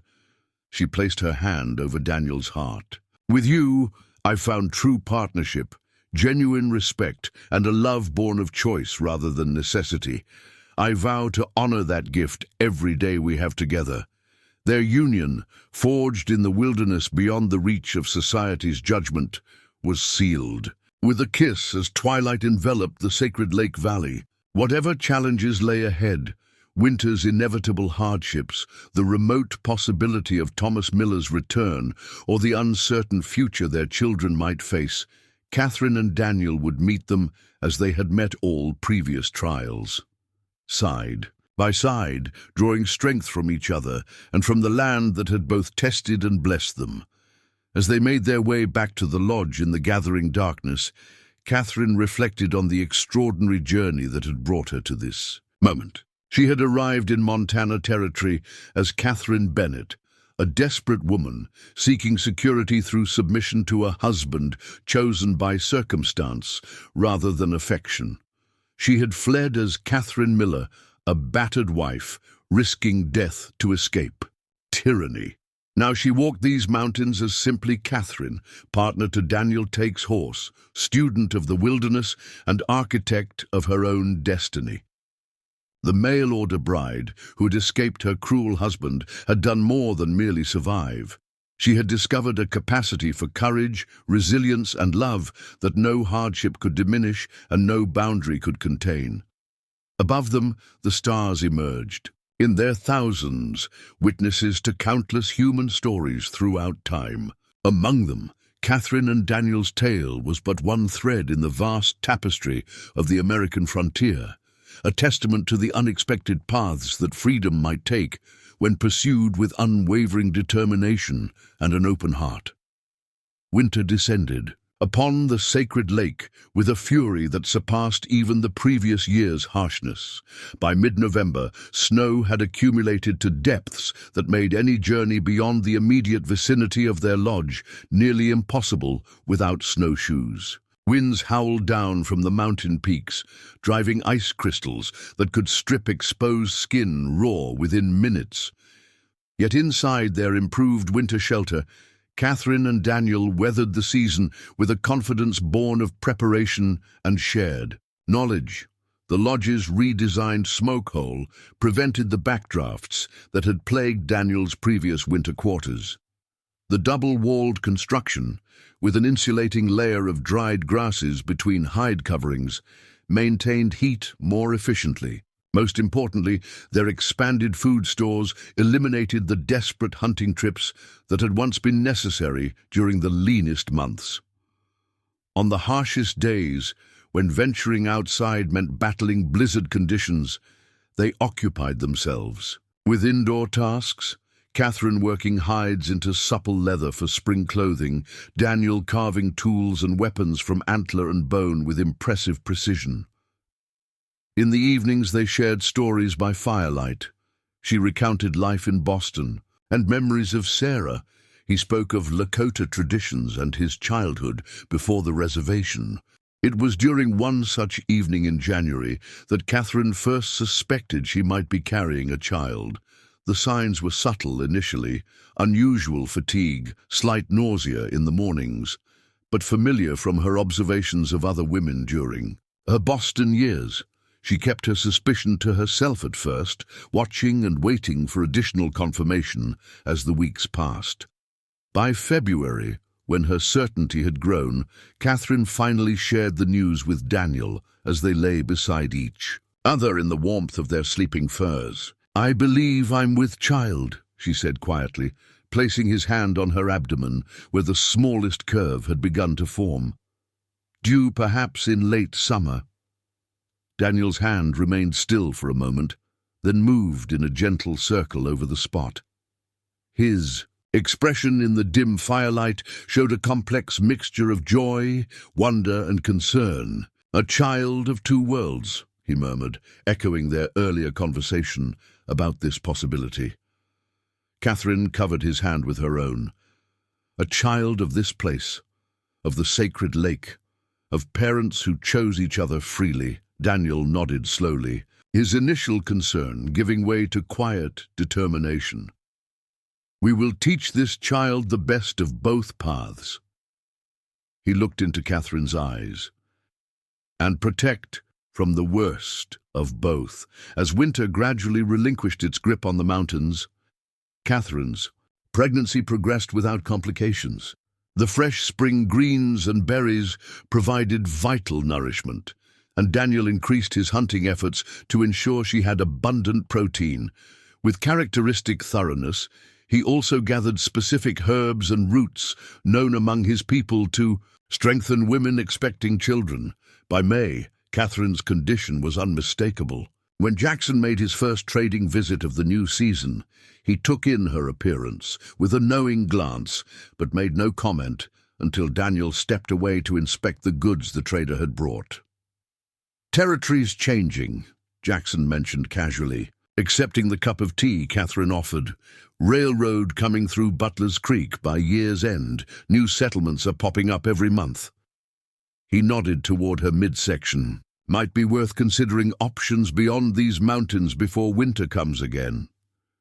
Catherine understood his unspoken concern. A mixed-race child, born in the wilderness, far from any doctor or midwife, faced risks beyond the usual dangers of childbirth. "We've discussed it," she replied, appreciating his tactful approach. "For now, we believe we're safer here. After the birth, perhaps—" She let the thought remain unfinished. Jackson nodded, seemingly satisfied that they had at least considered alternatives. "Brought extra medical supplies," he mentioned. "Laudanum, clean bandages, iron tonic, just in case." His thoughtfulness touched Catherine deeply. When Daniel returned, Jackson offered additional items not on their usual trading list: a small folding mirror, a comb made of horn, softer fabric suitable for infant clothing. These luxury items cost them extra in pelts, but Daniel traded without hesitation, understanding their importance for Catherine's peace of mind. Before departing, Jackson shared one final piece of news. Territorial marshals caught up with Thomas Miller in Cheyenne. He spoke the name carefully, watching for Catherine's reaction. "Trials set for autumn. They're seeking witnesses." The information landed like a stone in still water, sending ripples through Catherine's carefully constructed new life. She had gradually trained herself not to think of Thomas, to focus entirely on the present and future, rather than the nightmare of her brief marriage. Now his name invoked an involuntary shudder. "They won't find me," she said firmly. "That life is over." Jackson nodded. "Figured you'd say that. Told the marshal who asked that I hadn't seen any woman matching that description in my travels." He adjusted his hat. "Though between us, they have enough evidence without you. found 3 bodies on his former property after more thorough digging. That night, after Jackson had departed, Catherine found herself unusually restless despite her growing fatigue from pregnancy. The news about Thomas had unleashed memories she had worked hard to suppress. The sound of his heavy footsteps approaching, the bed, the casual cruelty in his voice when he spoke to William, the calculated charm he could summon when it served his purposes. Daniel noticed her disquiet as she repeatedly adjusted her position by the fire. "His ghost walks with you tonight," he observed quietly. Catherine nodded beyond denying it. "I thought I had left him behind completely, but knowing he might finally face justice for what he's done..." She struggled to articulate the conflicting emotions. "I feel I should be there, to speak for Elizabeth, for the others, to make certain he cannot harm anyone else." Daniel listened without interruption, his expression thoughtful. When she finished, he was silent for several moments before responding. "Decision belongs to you," he said finally. "But remember, the child you carry now comes before the ghost of man who hurt you before." His words brought perspective that gradually settled Catherine's turbulent thoughts. The past, however unresolved, could not be allowed to endanger the future she and Daniel were creating together. Thomas Miller's fate would unfold without her testimony. The women he had harmed, including herself, would find justice or not, but Catherine's obligation now was to the new life growing within her. "You're right," she acknowledged, placing a hand on her rounded abdomen. "This child deserves a mother, unburdened by old fears." Daniel nodded, satisfied. "Let dead branches fall away, tree grows stronger." As summer progressed, Catherine's body changed dramatically with her advancing pregnancy. The heat of July and August made even simple tasks challenging, but Daniel adjusted their routines to ensure she rested during the hottest hours while still contributing to their preparations for the coming winter. They had decided that Catherine would give birth in the permanent lodge rather than making the perilous journey to a settlement. Daniel had assisted births before, both among his own people and with animals, and Catherine trusted his knowledge and steady hands more than she would have trusted a frontier doctor with dubious training. Still, as her time approached, Catherine found herself occasionally overcome by anxiety. Her own mother had died in childbirth when Catherine was just 7 years old, a fate common enough that every woman approached delivery with the awareness it might be her final act. One evening in early September, as they sat by the lake watching the sunset paint the water in shades of amber and gold, Catherine gave voice to her deepest fear. "If something happens to me," she said quietly, "promise me you'll take our child somewhere they can learn both parts of their heritage. Not just survival in these mountains, but reading, writing, and understanding the wider world." Daniel's arm tightened around her shoulders. "Nothing will happen," he stated with firm certainty, "but I promise. Children will know stories of a Boston seamstress who became a mountain woman, will learn letters and numbers as well as tracking and hunting." His confidence bolstered her own, and Catherine let herself imagine the years ahead, teaching their child the skills she had brought from her former life, while Daniel imparted his knowledge of the natural world. It would be an education unlike any other, uniquely suited to a child of their uncommon union. The first contractions began 3 days later, as autumn's initial chill crept into the evening air. Catherine had been preparing dried berries for storage when the first wave of pain caused her to catch her breath sharply. Daniel, mending a fishing net nearby, looked up immediately, alerted by her sudden stillness. "It's time?" he asked, setting aside his work. Catherine nodded as the contraction subsided. "I think so, though it may be many hours yet." With calm efficiency, Daniel began implementing the preparations they had discussed for weeks. He added wood to the fire, heating water in the largest container they possessed. He arranged clean furs, where Catherine could labor with the best support, positioned their limited medical supplies within easy reach, and filled water containers so they wouldn't need to leave the lodge once labor intensified. The early stages progressed slowly, with contractions gradually increasing in frequency and intensity throughout the night. Daniel remained by Catherine's side, offering water, applying pressure to her lower back when she requested it, and maintaining a steady, reassuring presence as the hours passed. By dawn, labor had advanced considerably. Catherine moved between, kneeling, squatting, and walking small circles within the lodge, instinctively finding positions that provided some relief from the increasingly powerful contractions. Daniel supported her weight when needed, murmuring encouragement in a mixture of English and Lakota.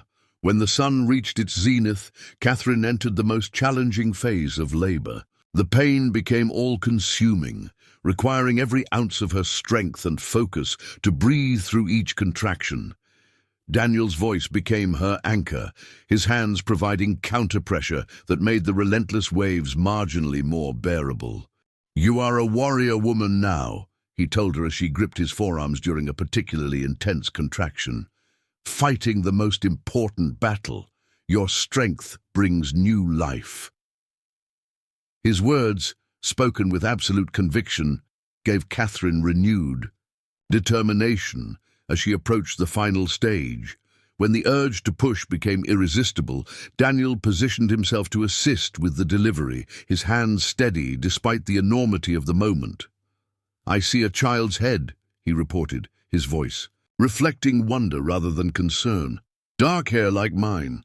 With a final surge of effort that drew on reserves Catherine hadn't known she possessed, she brought their child into the world as the afternoon light filtered through the smoke hole above.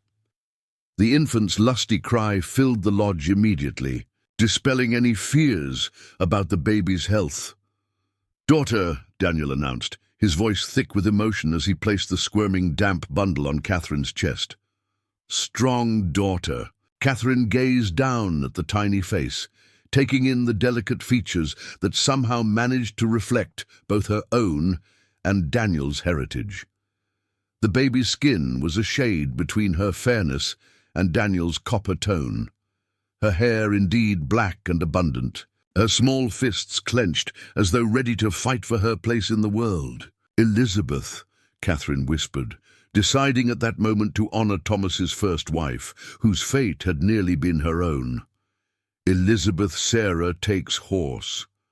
Daniel nodded approval, understanding the significance of both names. Good names, strong, women to guide her spirit. The days following Elizabeth's birth blurred together in a haze of exhaustion, wonder, and adjustment. The baby proved to have healthy lungs and a vigorous appetite, nursing eagerly whenever Catherine offered her breast. Daniel demonstrated surprising tenderness with his daughter, singing soft Lakota lullabies when she fussed and watching her sleep with undisguised fascination. As Catherine recovered her strength, she found herself reflecting on the extraordinary path that had led to this moment. 2 years earlier, she had been a desperately poor seamstress in Boston, pinning her hopes on a stranger's promises. Now she was mother to a child who represented not just the union of two people, but the possibility of bridging two worlds that so often collided in violence and misunderstanding. One clear October morning, when Elizabeth was just over a month, old Daniel suggested they take the baby to a special place. Catherine bundled the infant securely against the autumn chill, and they walked slowly to a sunlit meadow where late wildflowers still bloomed despite the season's advancing cold. In the center of the meadow, Daniel had prepared a small circle of stones. He took the sleeping Elizabeth from Catherine's arms with practiced gentleness and knelt beside the circle. Speaking in Lakota, he introduced his daughter to the earth, the sky, and the four directions, asking each to recognize and protect her throughout her life. When he had finished, he switched to English. My people believe a child does not belong only to parents, but to all creation. We ask Wakantanka, Great Mystery, to guide her steps on paths that have not yet been made. Catherine knelt beside him, adding her own silent prayer for their daughter's future. The challenges ahead remained daunting: how to educate her, how to prepare her for a world that might reject her dual heritage, how to keep her safe while allowing her spirit to grow strong and free.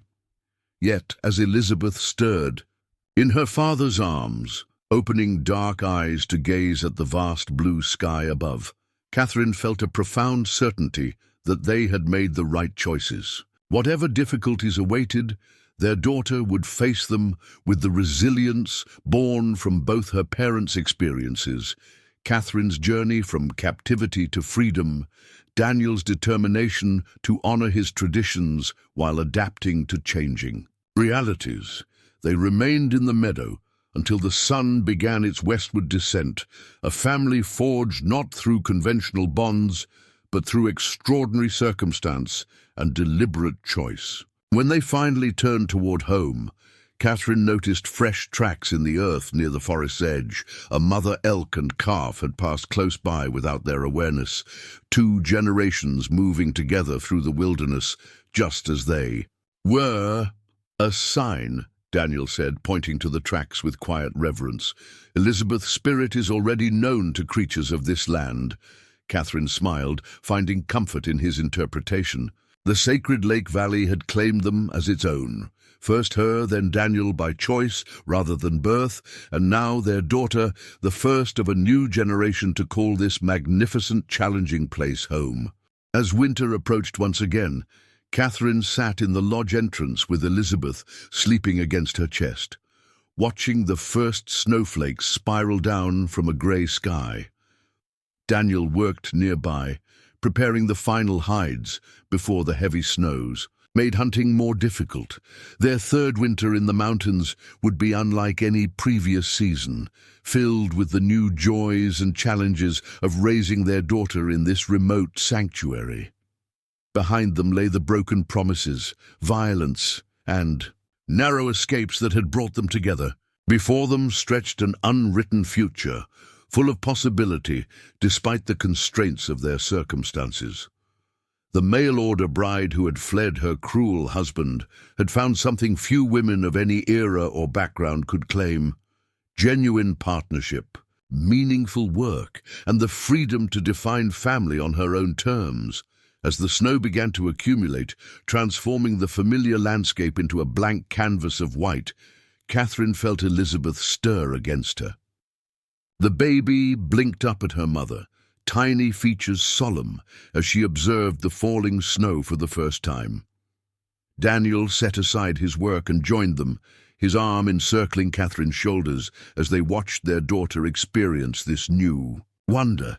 "She will know many winters here," he said with quiet confidence. "Will learn to love snow as much as summer sun." Catherine leaned against him, savoring the moment of perfect contentment. "She'll know freedom in all seasons," she replied. "That's what matters most." Together, they watched the snow fall. 3 lives intertwined by fate, choice, and the unyielding belief that even in the harshest wilderness, love could not only survive, but flourish. Elizabeth Sarah. Take's horse grew from infant to toddler with the remarkable adaptability of children born to challenging circumstances. By her second spring, she toggled confidently around the lodge and garden, babbling a unique combination of English and Lakota words that reflected her dual heritage. Her dark eyes, so like Daniel's in shape and intensity, missed nothing, while her determined chin reminded Catherine of Sarah's stubborn resilience. As the sacred lake valley awakened from winter's grip, Catherine watched her daughter discover the wonders of the natural world with fresh perspective. Simple pleasures, a butterfly landing on a wildflower, the rippling patterns of wind across the lake's surface, the soft texture of moss against tiny fingers, became occasions for shared delight and important lessons. She learns differently. than white children, Daniel observed one afternoon, as Elizabeth carefully mimicked his movements, while he demonstrated how to identify edible spring mushrooms. Not from books or rules, but from watching, touching, being part of what she studies. Catherine nodded, recognizing both the advantages and limitations of their isolated life. She'll need both ways of learning eventually, the knowledge in books and the wisdom of experience. This balance between different educational approaches became an ongoing conversation as Elizabeth approached her 3rd birthday. Catherine had begun simple reading lessons using charcoal on birch bark to form letters and basic words. Daniel supplemented these sessions with extensive nature walks, teaching Elizabeth to recognize animal tracks, bird calls, and weather patterns that most adults would overlook. "Mountain is the best teacher," he often said, more patient than any human. Yet Catherine could not help wondering about their daughter's future beyond the protective boundaries of their mountain sanctuary. While the immediate threat from Thomas Miller had faded, Jackson had confirmed his conviction and imprisonment the previous summer. Other dangers to their unconventional family remained. The world beyond the sacred lake was changing rapidly, with new settlements, increased military presence, and shifting attitudes toward both independent women and Native Americans. These concerns weighed on Catherine's mind as she prepared for Jackson's spring trading visit, carefully wrapping the extra furs and handcrafted items they had produced through winter to exchange for supplies they couldn't produce themselves. The trader had become their most reliable connection to outside events, bringing not only goods but crucial information about territorial developments that might affect their security. When Jackson's familiar figure appeared on the trail leading to their lodge in late May, Catherine noted with surprise that he wasn't alone. A second rider, clearly female, accompanied him, an unprecedented deviation from his usual solitary journeys. Daniel emerged from the fishing hut, instantly alert to the unexpected visitor. He positioned himself subtly between the approaching riders and Elizabeth, who was helping Catherine sort dried herbs nearby. Jackson raised his hand in greeting as they approached, calling out to dispel any alarm. "Brought someone who was special to meet you, vouched for her myself." As the riders drew closer, Catherine studied the woman with cautious curiosity.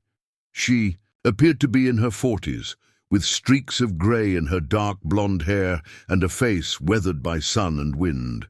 She wore practical frontier clothing, split riding skirt, sturdy boots, and a man's canvas coat that had been altered to fit her. "Smaller frame." "Catherine Daniel," Jackson called as they dismounted. "Meet Dr. Margaret Fulton. Doc, these are the folks I mentioned." The woman stepped forward, her direct gaze assessing Catherine and Daniel with intelligent interest rather than judgment. "Mr. Jackson speaks highly of you both," she said, her voice carrying the refined accent of Eastern education softened by years on the frontier. "I've been hoping to make your acquaintance."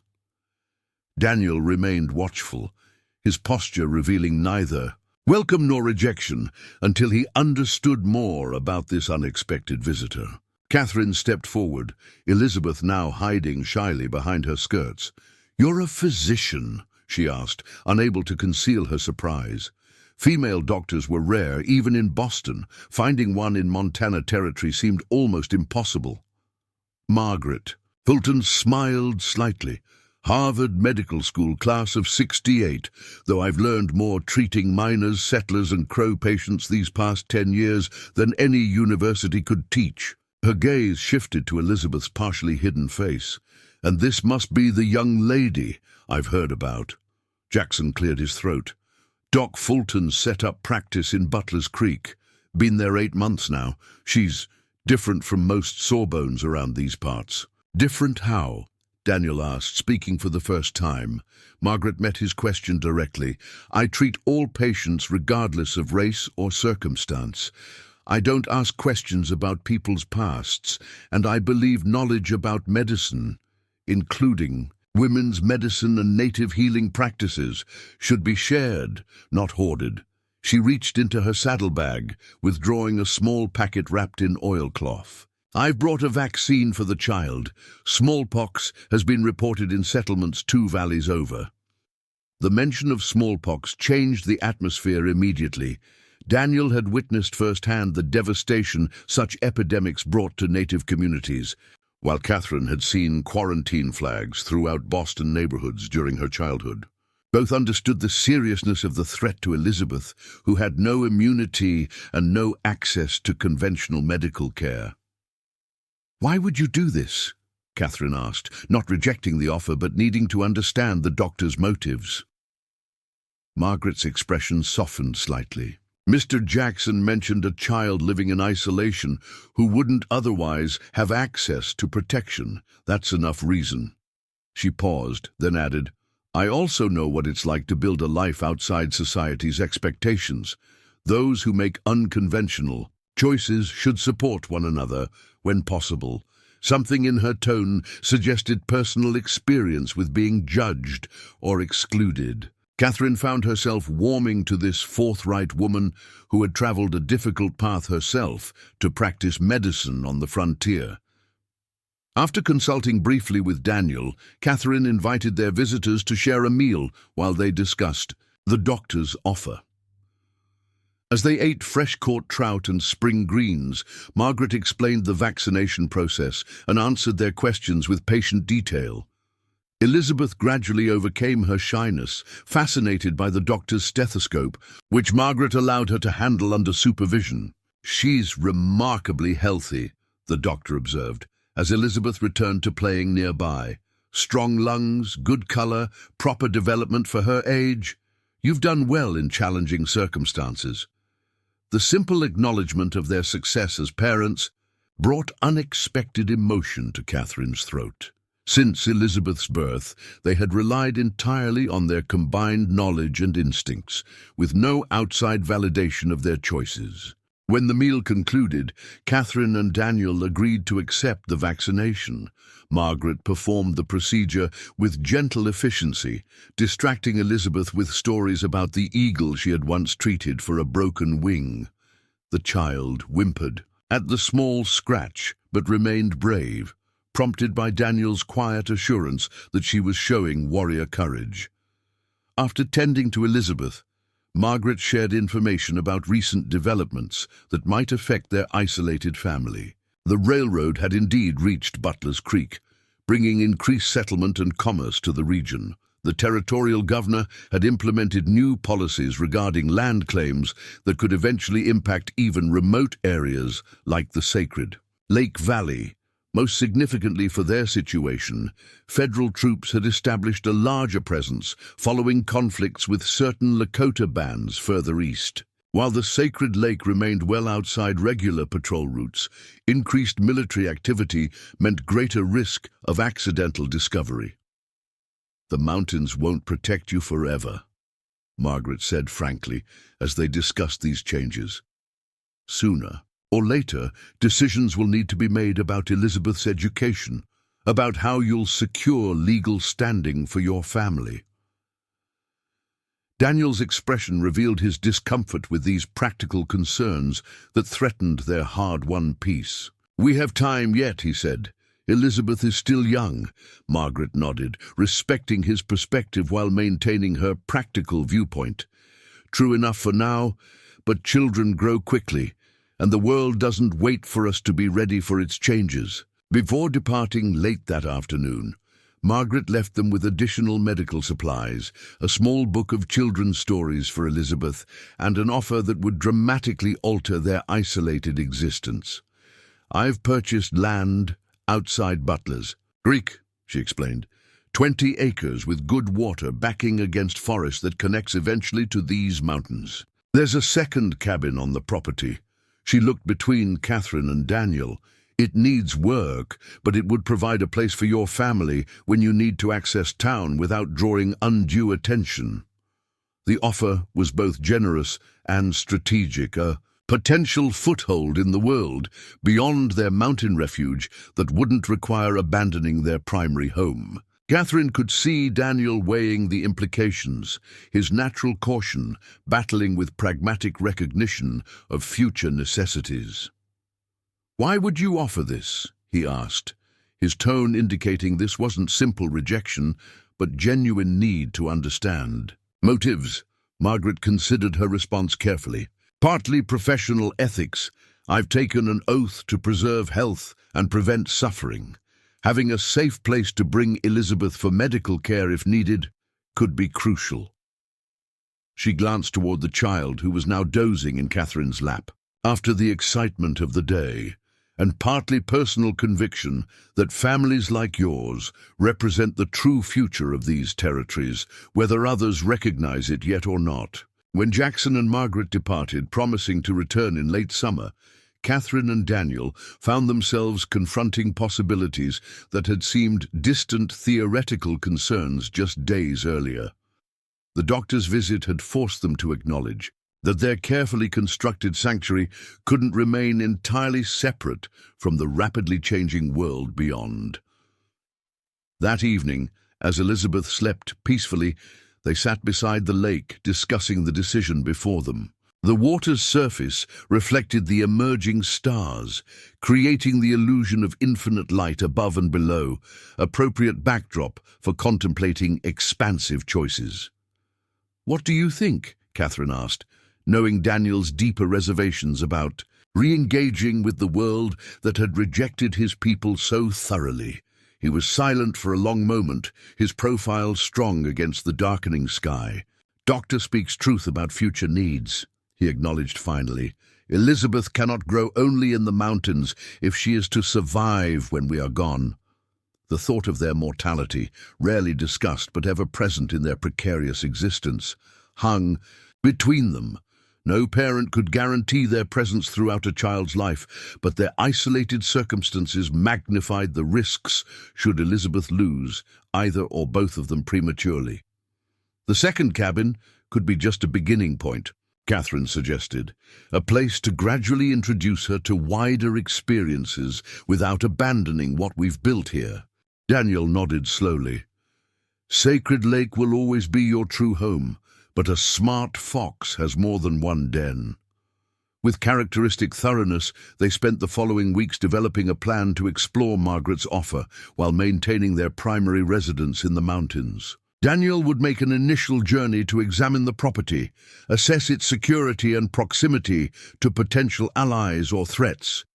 If deemed suitable, they would establish the second location before winter, allowing Elizabeth to become accustomed to both environments while she was still young enough to adapt easily. By mid-June, preparations for Daniel's exploratory trip were complete. He would travel with Jackson when the trader returned in July, remain in Butler's Creek territory long enough to evaluate the cabin site thoroughly, and return before the first autumn storms made mountain travel treacherous. The prospect of separation weighed heavily on Catherine, despite its necessity and relatively short duration.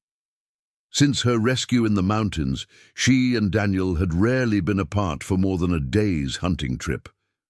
The weeks of his absence would be her first experience of sole responsibility for both Elizabeth and their mountain home. The night before Jackson's expected return, Catherine found herself unusually restless.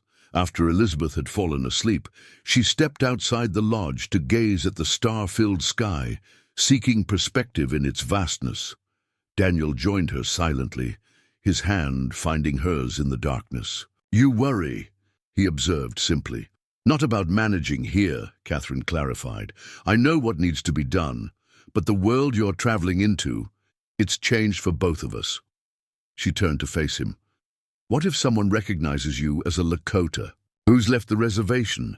What if someone connects me to Thomas Miller's case?" Daniel considered her fears without dismissing them. "Risk exists," he acknowledged, "but Jackson knows safe paths. Dr. Fulton seems a trustworthy ally, and Miller is serving a prison sentence far from Montana now." His practical assessment eased some of Catherine's anxiety, though a deeper concern remained unspoken between them, that this first venture beyond their sanctuary represented a fundamental shift in their family's trajectory. The isolation that had protected them was gradually giving way to necessary engagement with the wider world, bringing both opportunities and dangers they had previously avoided. "Remember why we consider this," Daniel said softly, seeming to read her thoughts. "Not for ourselves, for Elizabeth, for her future." Catherine nodded, finding renewed conviction in this reminder of their shared purpose. Every significant decision since Elizabeth's birth had been guided by consideration of her needs, immediate and long-term, physical and spiritual. This step, however challenging, followed the same principle. Jackson arrived the following day, confirming that Margaret Fulton awaited their decision and was prepared to show Daniel the property whenever he was ready. After final preparations and tender farewells, Daniel departed with the trader, carrying Catherine and Elizabeth's love, along with practical supplies for his journey. The first days of separation proved more difficult than Catherine had anticipated. Though fully capable of handling all necessary tasks, she found herself listening for Daniel's footsteps, turning to share observations with someone who wasn't there, noting things to tell him upon his return. Elizabeth, too young to fully understand the temporary nature of her father's absence, asked for him repeatedly, finding comfort in wearing a small pouch containing pine needles that carried his distinctive scent. Yet, as days became weeks, both mother and daughter established new rhythms to their days. Catherine discovered unexpected satisfaction in her self-reliance, in solving problems without consultation, in making decisions based solely on her own judgment. Elizabeth became her mother's devoted helper, taking pride in responsibilities suited to her small capabilities, carrying, sorting berries, watching for approaching animals or visitors from her designated lookout rock. They developed special rituals to mark the passing days until Daniel's return, adding small stones to a counting circle each morning, telling stories about favorite memories with him each evening, sending thoughts to him on the wind from the highest nearby ridge. These practices helped Elizabeth process the temporary separation while strengthening the bond between mother and daughter in new ways. By early August, Catherine began watching the trail from the southern pass with increased anticipation. Daniel had estimated a month for his journey and assessment, a timeline now approaching its conclusion. Each morning, Catherine took Elizabeth to a high vantage point where they could see the main approach to the sacred lake, scanning for familiar figures on the winding path below. On the 36th day since his departure, their vigilance was rewarded. Elizabeth spotted the movement first, her sharp eyes catching distant figures emerging from the tree line below. "Riders coming!" she called excitedly, pointing with a small finger. "Is it father?" Catherine focused on the approaching travelers, her heart accelerating as she recognized Daniel's distinctive posture even at a distance. He wasn't alone. Jackson rode beside him as expected, but a third horse carried another rider Catherine couldn't immediately identify. "Yes, little one," she confirmed, lifting Elizabeth onto her hip for a better view.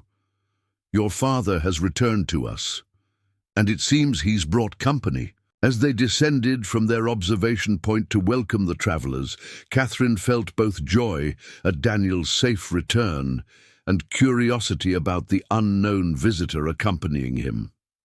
The sacred lake had witnessed the arrival of strangers before, some bringing danger, others unexpected friendship. Whoever rode beside Daniel now would find not the desperate, fleeing bride of years past, but a woman who had forged herself anew in the crucible of mountain seasons, a partner, mother, and survivor, whose chosen path had led to a freedom few women of her era would ever know.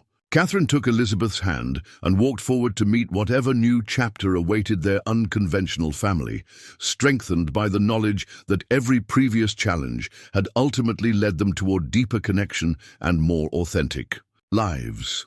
The mail-order bride who had escaped her cruel husband had traveled immeasurably further than the physical distance from Thomas Miller's cabin to the sacred lake. Her journey from possession to person, from desperate flight to deliberate choice, had transformed not only her own life, but created possibilities for a new generation to bridge divided worlds.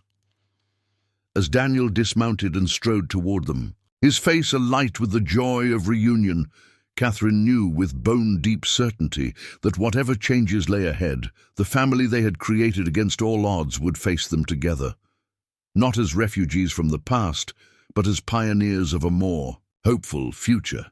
As the riders drew closer, Catherine could make out the third traveler, a young Lakota woman, perhaps 20 years of age, her long black hair plaited in a traditional style, her bearing dignified despite obvious fatigue from the journey.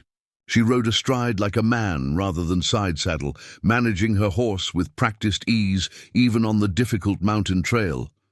Elizabeth squirmed with excitement as Daniel approached, breaking free from Catherine's hand to run toward her father.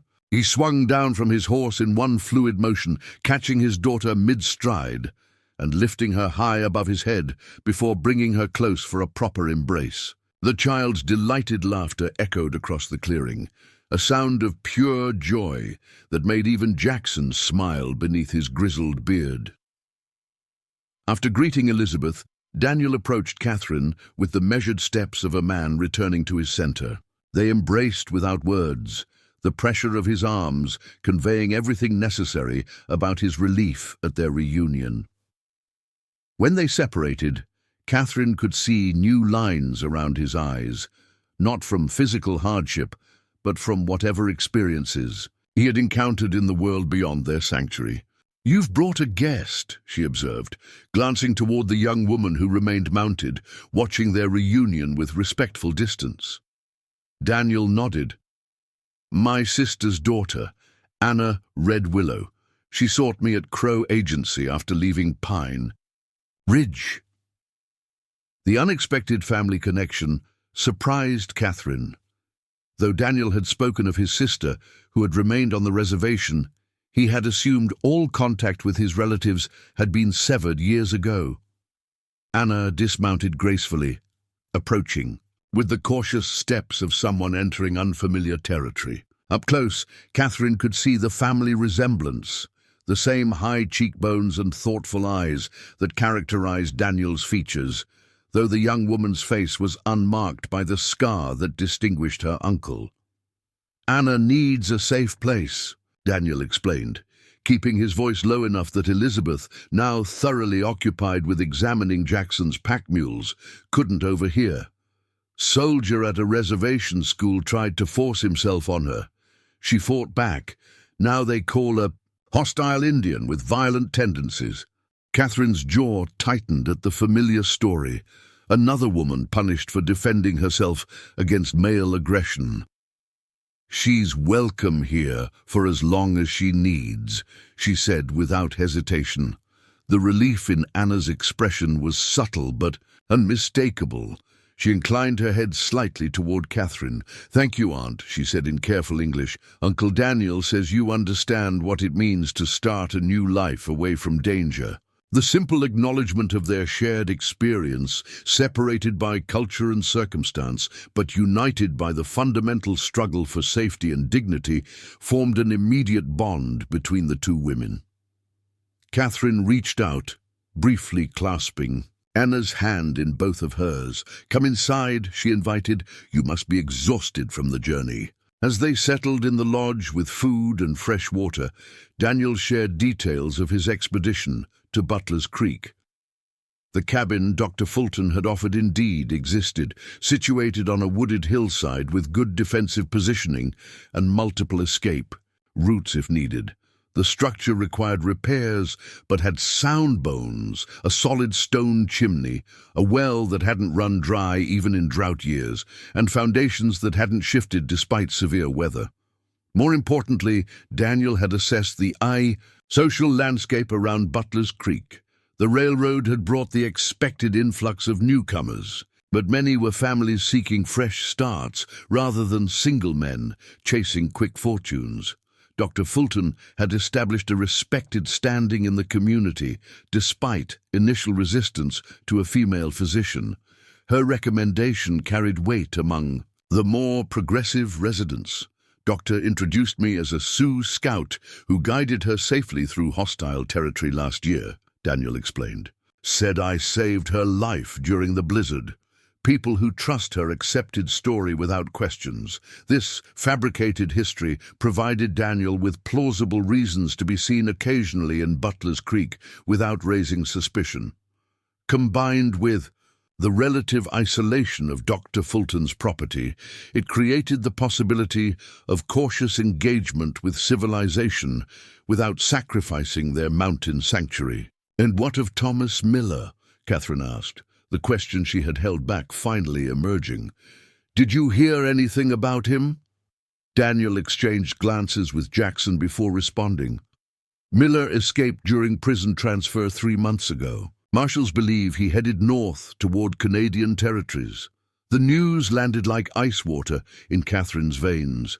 She instinctively looked toward Elizabeth, who was showing Anna her collection of special stones gathered from around the lake. No, reports of him in Montana, Jackson added quickly. Word is he's smart enough to know he'd be recognized here. Catherine nodded, absorbing this unwelcome development. The threat she had believed neutralized had merely been dormant. Now it stirred again, a shadow that might never fully disappear from their lives. Later that evening, after Elizabeth had fallen asleep and Jackson had retired to his customary camping spot by the lake, Catherine sat with Daniel and Anna beside the outdoor fire. The young woman shared more of her story, how conditions at Pine Ridge had deteriorated, how the government agent had cut rations when children resisted attending the mission school, how the incident with the soldier had been merely the final indignity in a long series of abuses.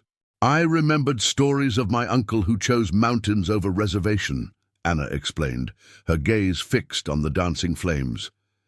Elders said he found a way to live with honor, even as old paths disappeared. When trouble came, I knew I must find him. Her journey had been remarkable, slipping away from Pine Ridge with only a small bundle of possessions, working briefly at a Crow settlement where mixed-blood heritage made her marginally more acceptable, eventually connecting with Dr. Fulton, who recognized her name when she inquired about Daniel Take's horse. As Anna spoke, Catherine recognized the same resilience and determination that had driven her own escape years earlier. Different circumstances, different dangers, but the same. Fundamental quest for self-determination rather than submission. What will you do now? Catherine asked when Anna had finished her account. The young woman considered the question thoughtfully. Learn to live as you and Uncle have done. Perhaps find a way to use knowledge of both worlds, as Dr. Fulton does. She glanced toward the lodge, where Elizabeth slept. Help with my little cousin. Teach her Lakota ways that would be lost otherwise. The possibility of Anna becoming part of their family circle opened new dimensions Catherine hadn't previously considered. Elizabeth would benefit enormously from having another female figure in her life, especially one who could deepen her connection to her Lakota heritage. Anna's presence would provide additional security during times when Daniel needed to hunt, far from the lodge, and for Catherine herself, having another woman to share both work and conversation promised welcome companionship after years of relative isolation. Over the following weeks, Anna integrated seamlessly into their household. Her skills complemented rather than duplicated those Daniel and Catherine had developed. She knew traditional methods for tanning hides that produced exceptionally supple leather, techniques for weaving baskets so tightly they could carry water, and herbal remedies Daniel had never learned because they had traditionally been women's knowledge among the Lakota.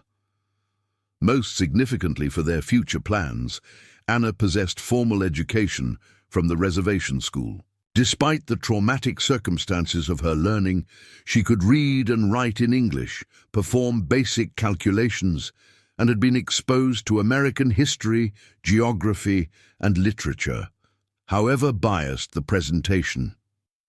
These skills positioned her to help with Elizabeth's education in ways that bridged Catherine's Boston knowledge and Daniel's nature wisdom. By late September, as golden aspen leaves signaled autumn's arrival, the family council had reached several important decisions about their path forward.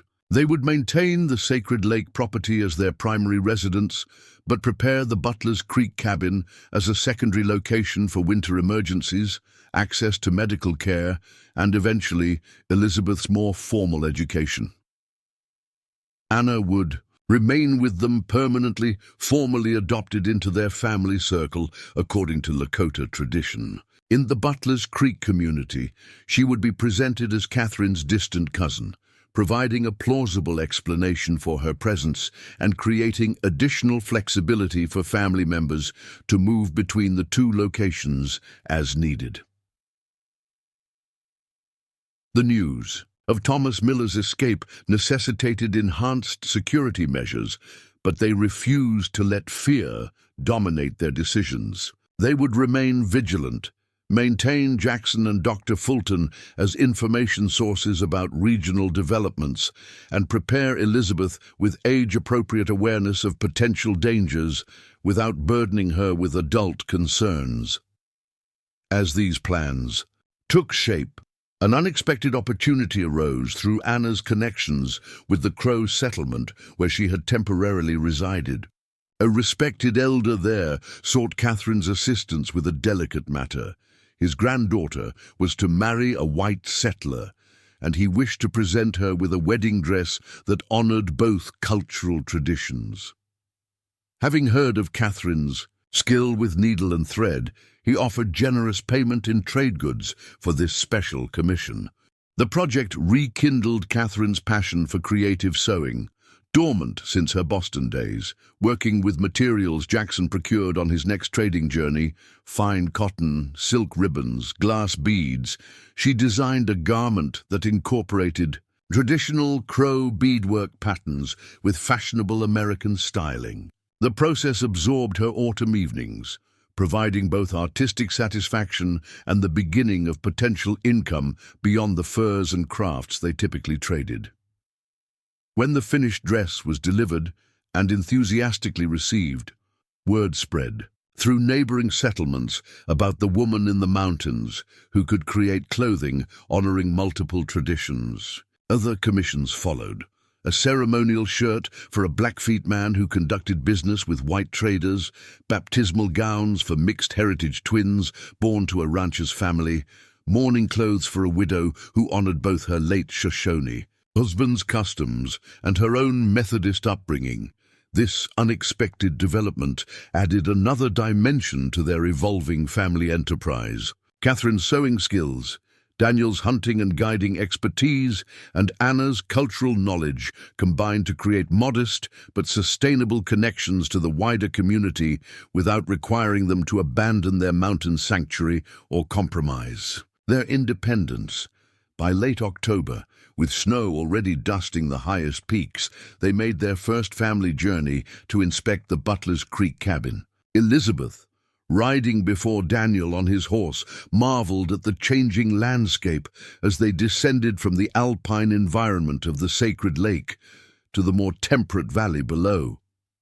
The cabin stood much as Daniel had described, weathered but structurally sound, situated to catch morning sunlight while remaining partially concealed from the main road by a stand of mature pines. Dr. Fulton met them there, bringing essential supplies and introducing them to her ranch hand, Marcus Freeman, a taciturn former Buffalo soldier who had fought in the Civil War and now managed the doctor's property with quiet efficiency. Marcus knows how to mind his own business, Margaret explained, her practical manner unchanged since their first meeting. He'll check on the cabin weekly while you're away, make sure no one's tampered with it.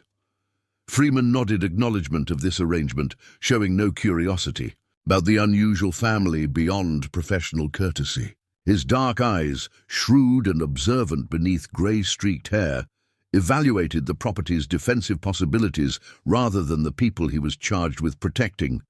The assessment of a man who had seen enough in life to prioritize actions over judgments. The week they spent at the cabin proved invaluable for future planning. Catherine and Anna completed essential repairs to make the structure winterproof, while Daniel hunted the unfamiliar territory to familiarize himself with game patterns and potential hazards. Elizabeth, initially hesitant in the new environment, gradually claimed the space as an extension of home, creating special hiding places and observation points, just as she had around the sacred Lake Lodge. Their brief venture into more populated territory also provided a crucial perspective on the rapidly changing Montana landscape. Butler's Creek had grown from a minor settlement to a bustling town, with a schoolhouse, 2 churches, several stores, and the unmistakable influence of Eastern civilization. While maintaining necessary caution, Catherine found opportunities to observe town life from inconspicuous vantage points, absorbing details that would help them navigate future interactions. On their final evening before returning to the mountains, Dr. Fulton joined them for dinner at the cabin, bringing news that would significantly impact their future considerations. Thomas Miller was captured near Fort Benton last week, she reported, watching Catherine carefully as she delivered this information. He was wounded in the process, tried to shoot his way past the marshals. They don't expect him to survive until trial. Catherine received this news with complex emotions: relief that the immediate threat had diminished, sadness for the wasted life of a man who had chosen cruelty over kindness at every opportunity, concern for William, whose fate remained unknown. What of his son? She asked, voicing the question that troubled her most. Apparently separated from his father months ago, Margaret replied. Last reports placed him with relatives in Pennsylvania. His mother's family finally located him. This detail brought Catherine unexpected peace. William, for all his learned brutality, had been as much a victim as an accomplice in his father's household. The chance to grow among healthier influences offered hope for his redemption, for breaking the cycle of violence Thomas had perpetuated. As they prepared to depart the following morning, loading their horses with supplies for the mountain journey, Catherine surveyed the cabin that represented their first deliberate step toward reconnection with the wider world. The structure stood as a physical manifestation of their evolving philosophy, not complete rejection of civilization nor full reintegration, but selective engagement that preserved their hard-won freedom while acknowledging Elizabeth's need for broader horizons. The return journey to the sacred lake took 2 days, their pace slowed by early snow in the higher passes. Elizabeth, bundled warmly against the chill, chattered constantly about the wonders she had observed in Butler's Creek, the mechanical grain mill, children playing organized games in the schoolyard, glass windows with actual curtains. Yet when the familiar shores of the lake finally came into view, her excitement at returning home was equally palpable. "Look," she called, pointing toward a bald eagle soaring above the water. "Lake Eagle waited for us." Anna smiled at the child's observation. Eagle is the messenger between earth and sky, welcomes the family home to a sacred place. As they settled back into their primary dwelling, Catherine reflected on the distance they had traveled. Not just the physical miles between Butler's Creek and the mountain sanctuary, but the psychological journey from complete isolation toward measured re-engagement with the world beyond. The mail-order bride who had fled desperate circumstances had evolved into something unprecedented on the American frontier, a woman who had rejected conventional constraints without rejecting connection itself, who had formed family bonds based on choice rather than obligation, who had discovered in apparent wilderness the truest civilization she had ever known. Winter would soon envelop the sacred lake in pristine white silence, but this year, unlike previous seasons, they faced the coming months with expanded resources and possibilities. The cabin in the valley provided emergency refuge if needed. Their network of allies, Jackson, Dr. Fulton, Freeman, even the Crow Elder, who had commissioned Catherine's sewing, created a safety net previous generations of frontier families had rarely enjoyed. Most importantly, the threat that had driven Catherine's initial flight had finally been neutralized. Thomas Miller would never again cast his shadow across her path. The freedom she had risked everything to claim was now secured not just by mountain barriers, but by legal resolution. The justice system had eventually recognized the truth she had always known about her former husband's character. On a clear November evening, as the first substantial snowfall transformed their mountain home into a glistening wonderland, the family gathered around the outdoor fire for a special ceremony. Daniel had suggested they mark their expanding horizons and Anna's formal inclusion in their circle with traditional Lakota prayers combined with Catherine's remembered hymns from her Boston childhood. Elizabeth, wrapped in a small buffalo robe, Anna had made specially for her, sat solemnly between her parents as they took turns speaking words of gratitude and intention. Daniel acknowledged the sacred lake's protection during their years of healing and growth. Catherine expressed thanks for the safety they had found and the community they had built. Anna offered prayers for wisdom as they navigated two worlds. On behalf of the next generation, as sparks from their fire spiraled upward to mingle with early stars, Catherine gazed at the faces illuminated in the golden light.